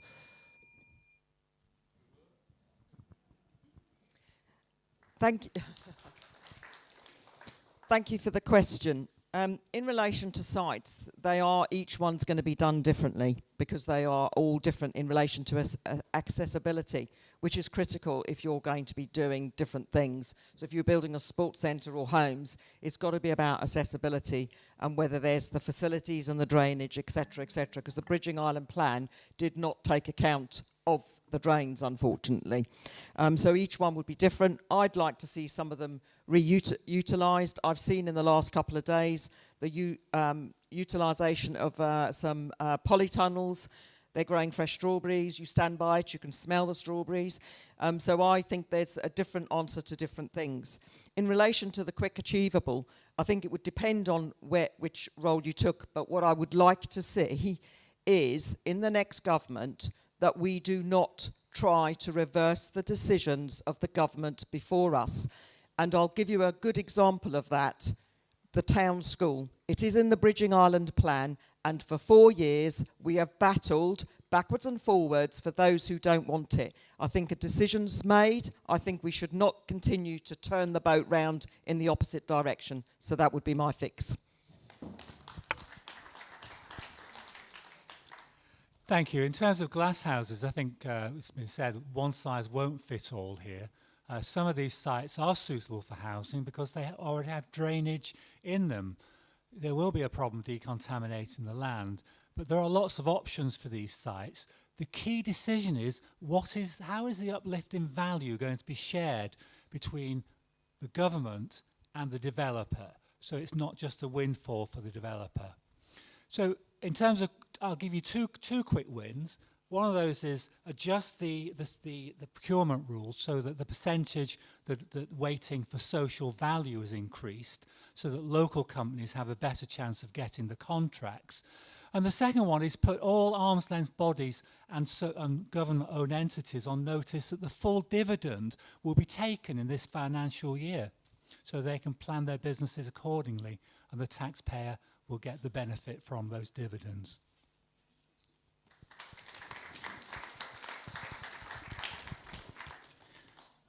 In relation to the glasshouse sites, I don't think, I have to say that I think planning has done more than anybody else on this island to hamper the development of agriculture and to deal with the changes that changing agricultural processes have given us.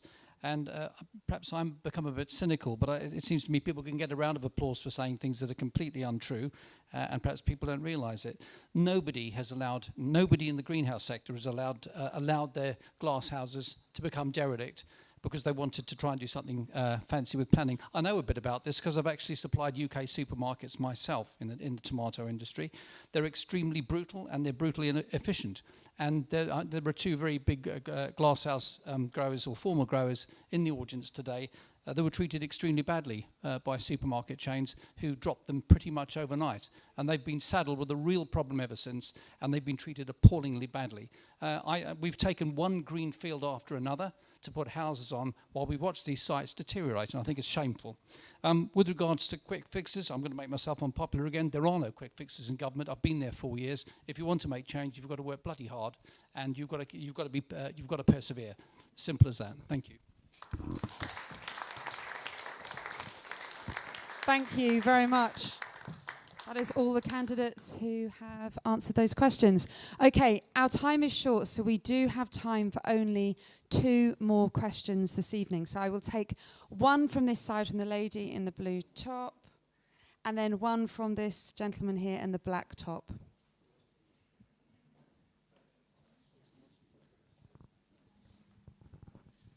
Jill Amy, and I live in Grouville.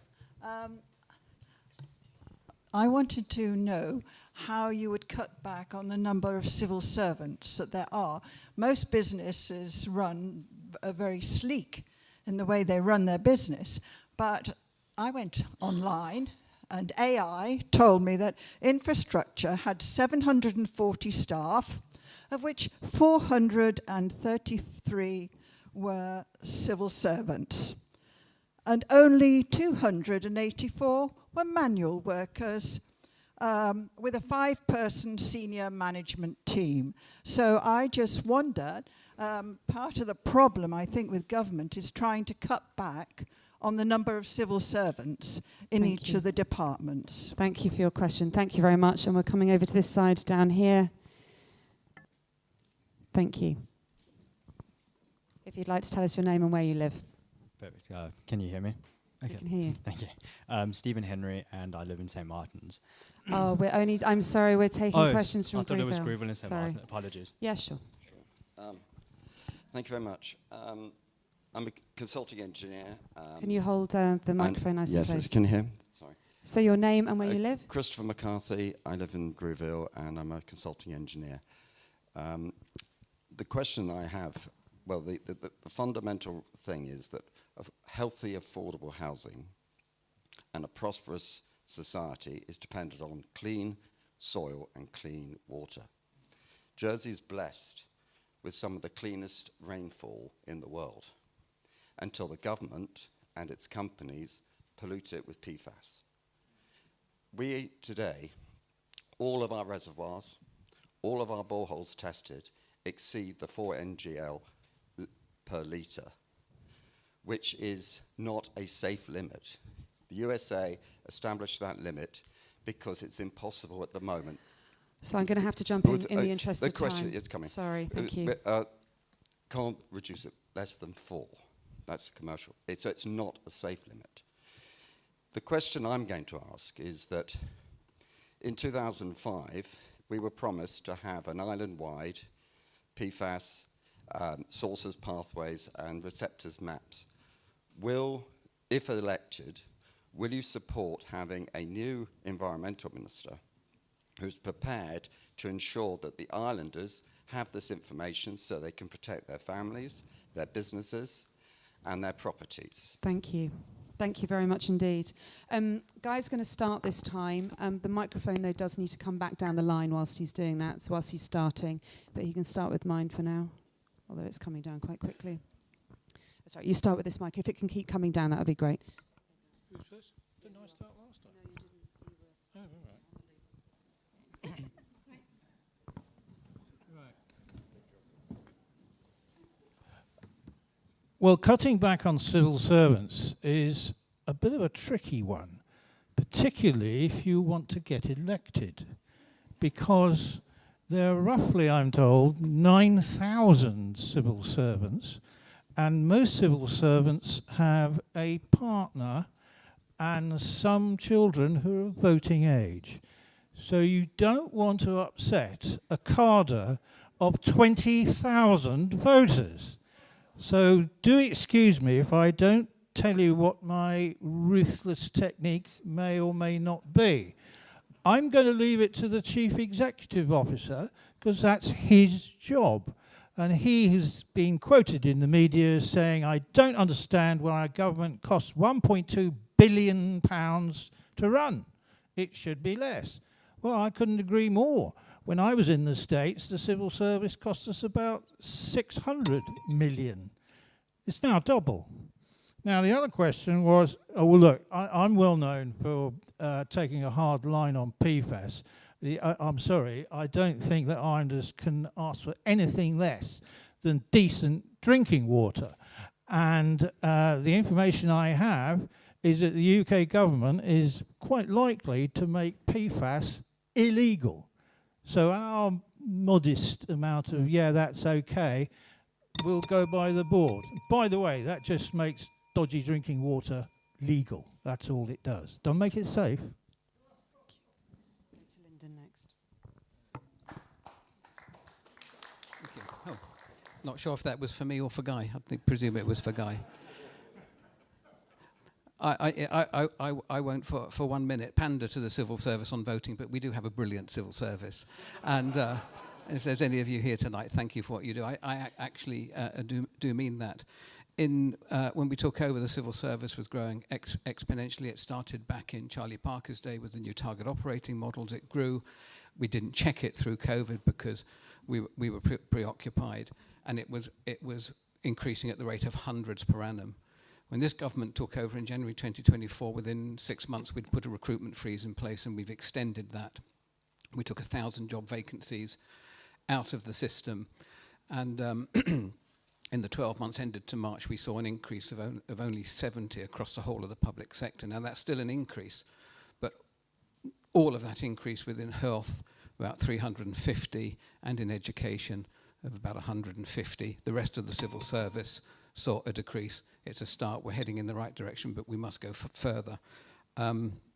Investing in Jersey programme puts a case for extending mains, drains and water to the whole island, water supply and PFAS treatment plants, and we're having those conversations with Jersey Water now, and I would support an environment minister who supported that course of action. It's not right that in an island like Jersey we haven't got clean drinking water and mains drains to all properties on the island, and that's what we must aspire to do. Thank you. Thank you. I do think we need to be careful with the notion that we can just cut 1,000 jobs in the civil service and there will be no impact. There would be a big impact on our economy apart from anything else. And the other thing we need to remember is that everybody who works for government is a civil service servant. The fact that they're a manual worker means they are still a civil servant, as are teachers and doctors and physiotherapists, and anybody who's on government payroll technically is a civil servant, and all those distinctions just go down to terms and conditions and pensions and things like that. So they're all civil servants. If we cut them carefully, we've tried very hard to preserve frontline jobs. One of my concerns is what's the front line? If you phone with a question about tax or social security and long-term care, and you're on the phone for half an hour waiting to be held, that's absolutely a frontline job. So we need to be sure that we are delivering public services that are of a standard that the public need. But we do need to be careful that we are not over-recruiting, that we're not recruiting people into more expensive jobs than need to be. Water, I think I've been drinking Jersey tap water all night. Constable, have I? There we go. Jersey water is safe. I know this is not everybody agrees. It is that it is below the current UK and EU guideline says 100. Ours is about 13 or 14. We would like to get that down, but we have to recognise that there is not a bottomless pit of money, and we have to get all that treatment work has to be done in a way we can afford it. Thank you.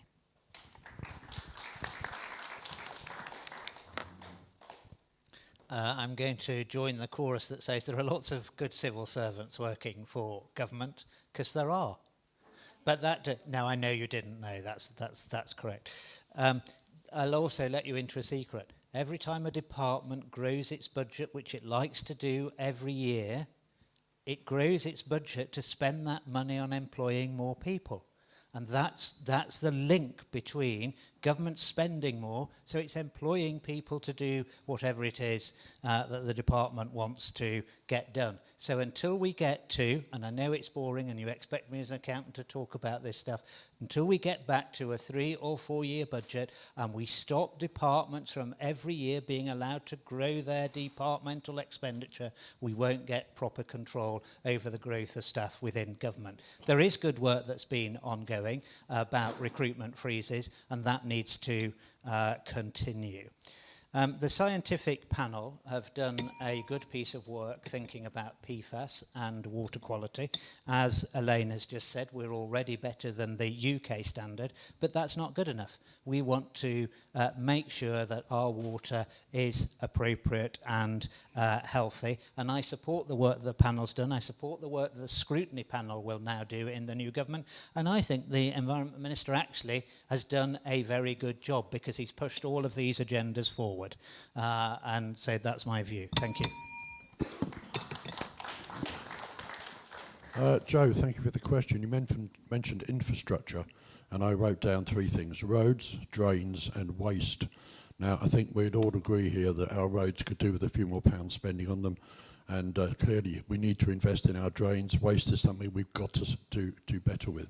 It's difficult. It's really difficult to see where you can cut civil service jobs. But as others have said, we've cut out consultants, external consultants.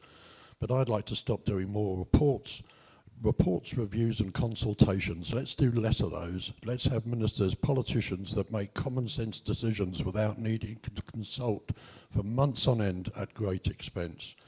The other thing I would say is when it comes to money and employees, health and education take the vast majority of our budget.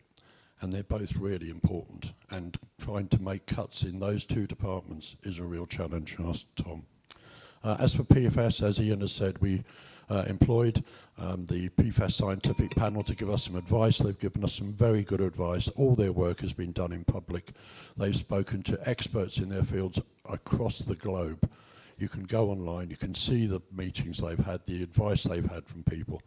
They've told us we can do better, but our water is safe, as Elaine says, and our fields are clean. They could be cleaner. Our water could be a bit cleaner, and it will be because we're working towards that. And in the last 2 years, Tom Binet and myself have taken PFAS, and we've started to do work with it to address those issues.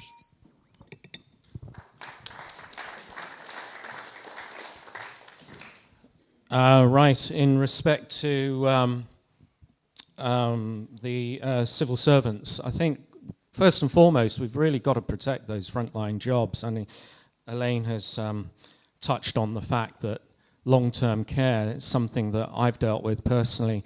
I mean, the experience and the skills that these people have, I don't know how that is easily replaced.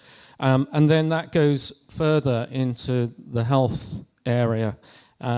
Health, huge proportion of government budget. I think it's actually possibly the biggest when you consider health and care together. So it's absolutely vital that we keep things as they are. I think the world is changing, and Jersey has been through times when it's changed and managed to change. We've got artificial intelligence changing the job market drastically over possibly the next 4 to 8 years.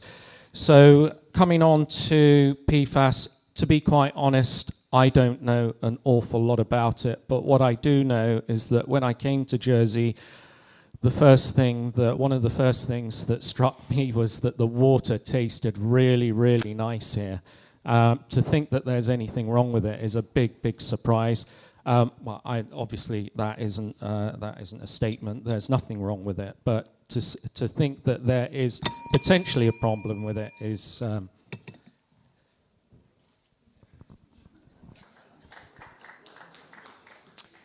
In relation to the first question about civil servants, I think there has been work done in relation to reviewing what departments have had extra resources over the last 6 or 8 years, and I think it's worth saying that they are education and health, and that obviously, as people will say, is necessary. But I think what needs to be done is we need to have a look at the others that have had increases. Are they actually adding any value? But more importantly, I think as an island, and the states need to decide what we are going to do and what we are not going to do, and cut our cloth accordingly. Because I think the thing is that as an island, I think we like to have as much as we can, but I think realistically things have become more expensive, and I think we actually need to stand back and say, do we really need to be doing this anymore? And if the answer is no, then let's not. And it's the same as regulations. We've got lots of them. We need to start looking at it. In relation to PFAS, I worked at the airport for over 6 years. I have no idea whether that's affected me or not. My family farm was close by. But what I do think is that we've got a programme, there's been a good report, and I think we need to continue with moving forward with it. I think that in an ideal world, we'd get down to the lowest we possibly can, but I think it has to be realistic and affordable as well. So I think we need to continue to support those people. Thank you. In terms of cutting back on public servants, and I've been one, as I say, for 40 years, you have to do it in a measured way. It's going to take 3 to 5 years to address the kind of staffing levels that we want to see cut. Unless, of course, you want to see the transfer from the wage bill to the benefits bill. So you have to redesign the roles. You have to kind of make sure that, for example, you delayer the organisation. There's been a plethora in the past 2 years of assistant roles. We seem to be bedeviled by assistant roles across government, and they just put layers in the way of frontline staff who are trying to get things done. So there are ways to do it to time, cost and quality, but it needs to be done in a measured project way. In terms of PFAS, for me it's quite simple. Follow the science. Don't alarm people. Adopt a process of continuous improvement and follow the science. And as the standards improve, we will follow that, and we may at times lead that progress as well. So follow the science.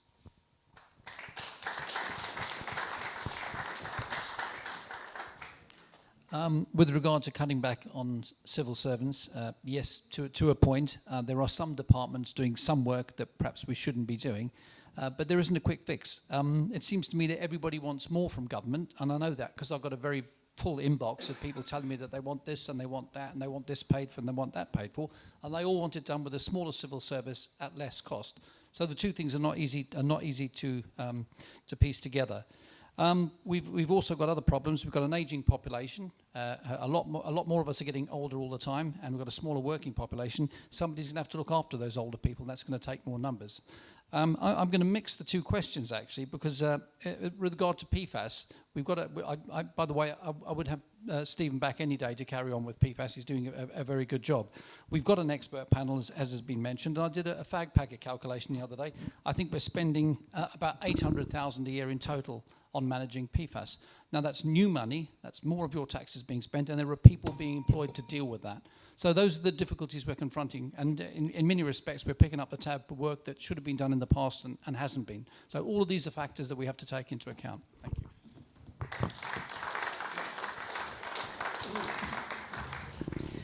Thank you. I'll do these questions the other way around, if that's okay. But it's not too much to ask in a wealthy society that our drinking water is clean and safe. But we must listen to the science on this, and I would be prepared to say that I think the direction of travel set by the current minister is the correct one. We need to get on with that, and that I believe is the right thing to do.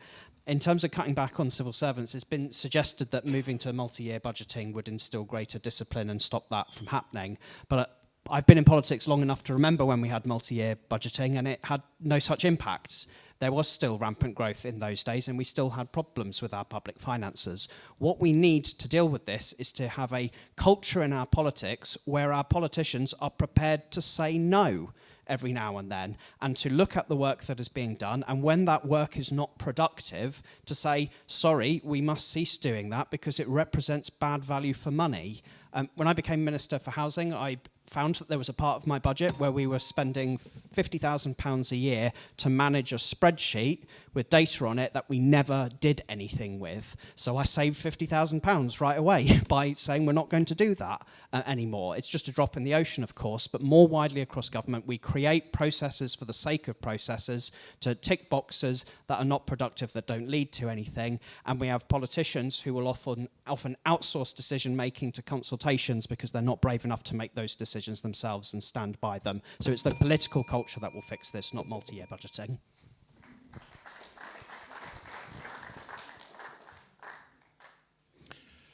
Jill, it's not just about the number of civil servants, it's about the cost of government, which is really the key issue. I retired in 2018 from politics. Since then, 2,000 additional civil servants have been added, and about 500 million in cost, and that's the relevant bit. The chief executive of the states has said at a scrutiny hearing recently that it should be costing about 1 billion to run the states at the moment, and it's currently north of 1.2, so there's a good 200 million of savings there.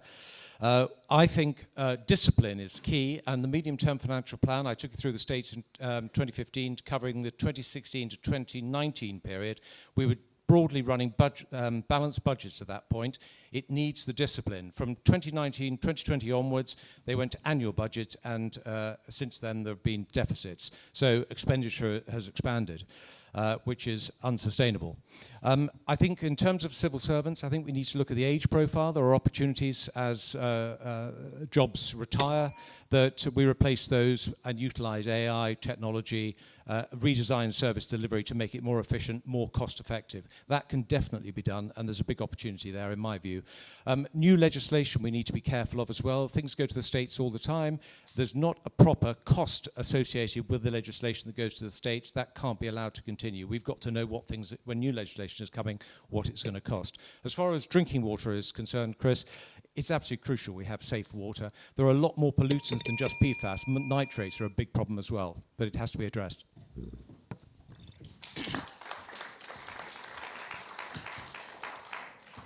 I want to agree with those saying it's not easy to cut down the government size. By the time it swelled to this size, I'm wondering what was happening with the government in place. How did it surpass what is maybe relevant? Now, to cut it down, I think we are making a big challenge again to the next government that is to come in place. The balance is down to a review. I think that's the way to go. We have to review and find out, is the big size of government giving us the value for money? And if it is not, we take the decisions as leaders to lead into that direction that will get the right people remain in the right jobs, and those that maybe are duplicating should have to go. That's the way I would look at it. Chris, I would say that seems to represent a voice out there that is not content of what the government in place has done. I'm a newbie. I'm coming out from the pavilion, and I want to be part of that team that has been in the field playing. I'm in the middle ground. What is actually missing? Because what I can hear the Environment Minister and the Minister of Health, they are convincing us there's great stuff that has been done. But Chris is here telling us there's something missing. Where is the truth?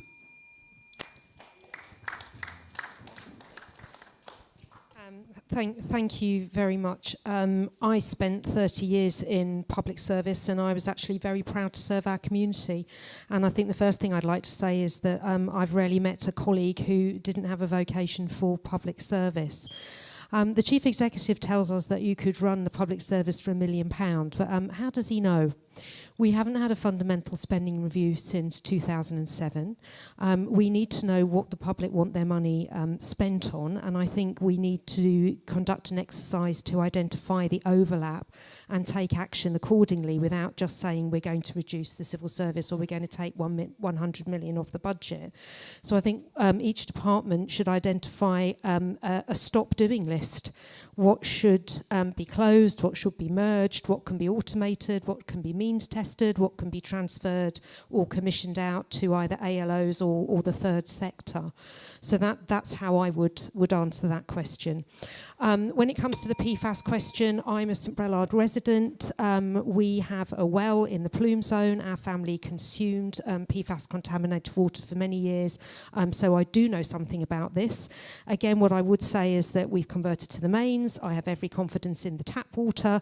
I have every confidence in the Environment Minister, and I have every confidence in the scientific advisory panel. And I think until there's evidence to the contrary, I support the moves that are being made at the moment.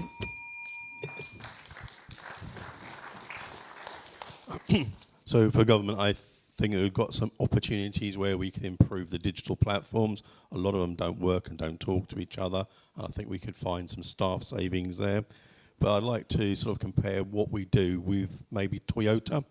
In a car plant in the Toyota car plants, any member of staff can press a button that stops the production line, and that stops faults carrying on, so not having to recall vehicles. And I think that's really where we should go as a culture in our workforce, is that have those staff able to make those decisions, flag things up that aren't working properly, and then we can look at rectifying them. As for PFAS, I've done a bit of reading about it, trying to catch up with it. I do know it comes down in the rain now, which isn't good. I also know that it's used extensively in pesticides and things, and that if you're going to buy red wine, buy a vintage red wine from France, because they're spraying it all over the grapes. So just to warn you. I did have a conversation, I've had a conversation with a local retailer after some conversation with some young people at the fair, and they wanted water to be able to refill their water bottles. That retailer is actually looking at how they can actually put filters, and if that would work. There's no guarantees, but they're looking at it, and you might see filtered water stations in local retailers, not to say who, in the near future. Thank you. Thanks, Joel. Rolling back the public sector is a bit like putting the toothpaste back in the tube. It is very difficult, but the numbers have grown excessively. I think one of the problems is actually the members of the Assembly. And as a result of their work, a lot of the work of civil servants is reactive. Now, the Assembly voted by 31 votes to 8 in March to require all public-facing businesses to accept payments in cash. A bit more red tape for a few businesses. And it also resolved that the government must bring forward a policy paper on long-term plans for access to cash. And you know the financial and staffing implications of that? None. That's what it said. Complete fiction. And as long as we have people putting propositions, government included, to the Assembly that are not properly costed, it will continue to grow. Of course we can all agree to that, because there was no cost. It said so. And that's against the standing orders of the Assembly. So why was that allowed even to be considered? On PFAS, I'm satisfied with the quality of Jersey's drinking water. We shouldn't gold plate the drinking water. That would be difficult to gold plate drinking water. I don't think there's an absolute safety. There are very margins of what is safe and what isn't. Of course we want safe drinking water. We shouldn't attempt to run ahead of what the world is doing. And obviously over time we want to increase the quality of our drinking water. But remembering that things cost money, and we have to balance the cost against the benefits and the other things we can also do to improve our health.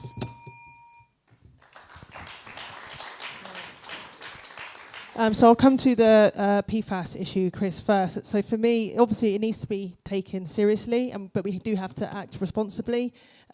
Transparency and a proper funding plan, I think, is something that we need to think strongly about, and I think the Environment Minister is thinking about that currently. But we need to be realistic as well here, because there are lots of different options that we could do, but it's very expensive. So again, I think fiscal responsibility in the next 4 years is really key, but safety of the people of Jersey should be at the forefront of this issue. Moving into the civil service, it's interesting. I don't think it's as simple as cutting jobs. Efficiency is key as well. I think we need to actually identify where some of these inefficiencies lie, and what are they? Is it a comms issue? Is it the fact we're duplicating services? Is it a tech issue? People have talked about already about the Estonia model and a digital government. I do think that is a brilliant blueprint. It's already there. We could take it, let's steal it and use it. I think that would be a brilliant thing for us to do. also, to Joe's point around long-term planning, the reason why there is no long-term thinking in government is because we work in silos, and the next government has got to break it down. If we want to think long-term, we have to figure out how to actually start working together better, and the next government needs to demand that from the civil service, because we ain't going anywhere if it continues the way it is.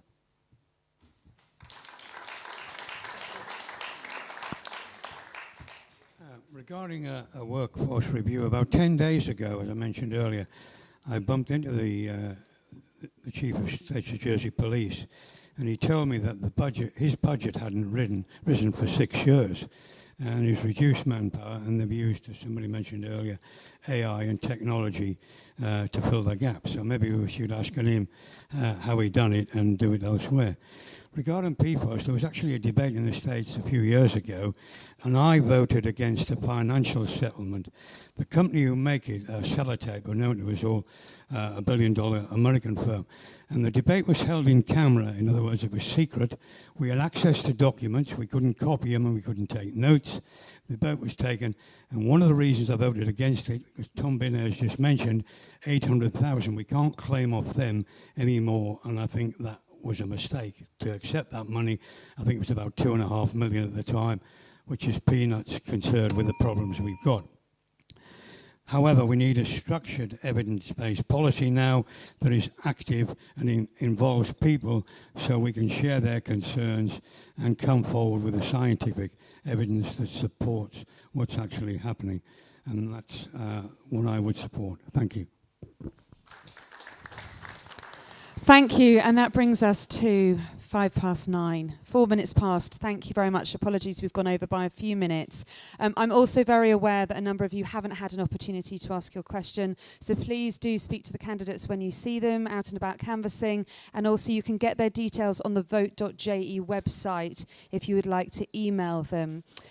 Just a couple of things before everyone leaves that I've been asked to mention. Postal votes need to be received by the GREF by 12 noon on Sunday the 7th of June.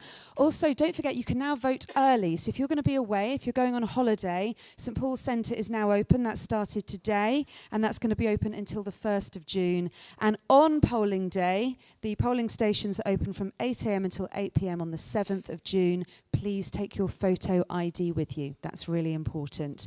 All information is on the vote.je website. Just before we close, it's customary for a very quick thank you and a few words from one of the candidates. And tonight, it is the turn of Serena Kirsten-Guthrie. So over to you, Serena.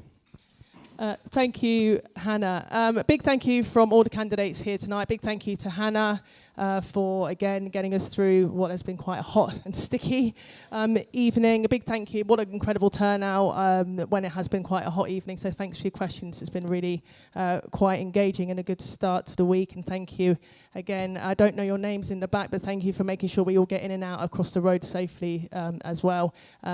Everybody, in terms of the candidates, I'll see you tomorrow. So thank you. Thank you and good evening.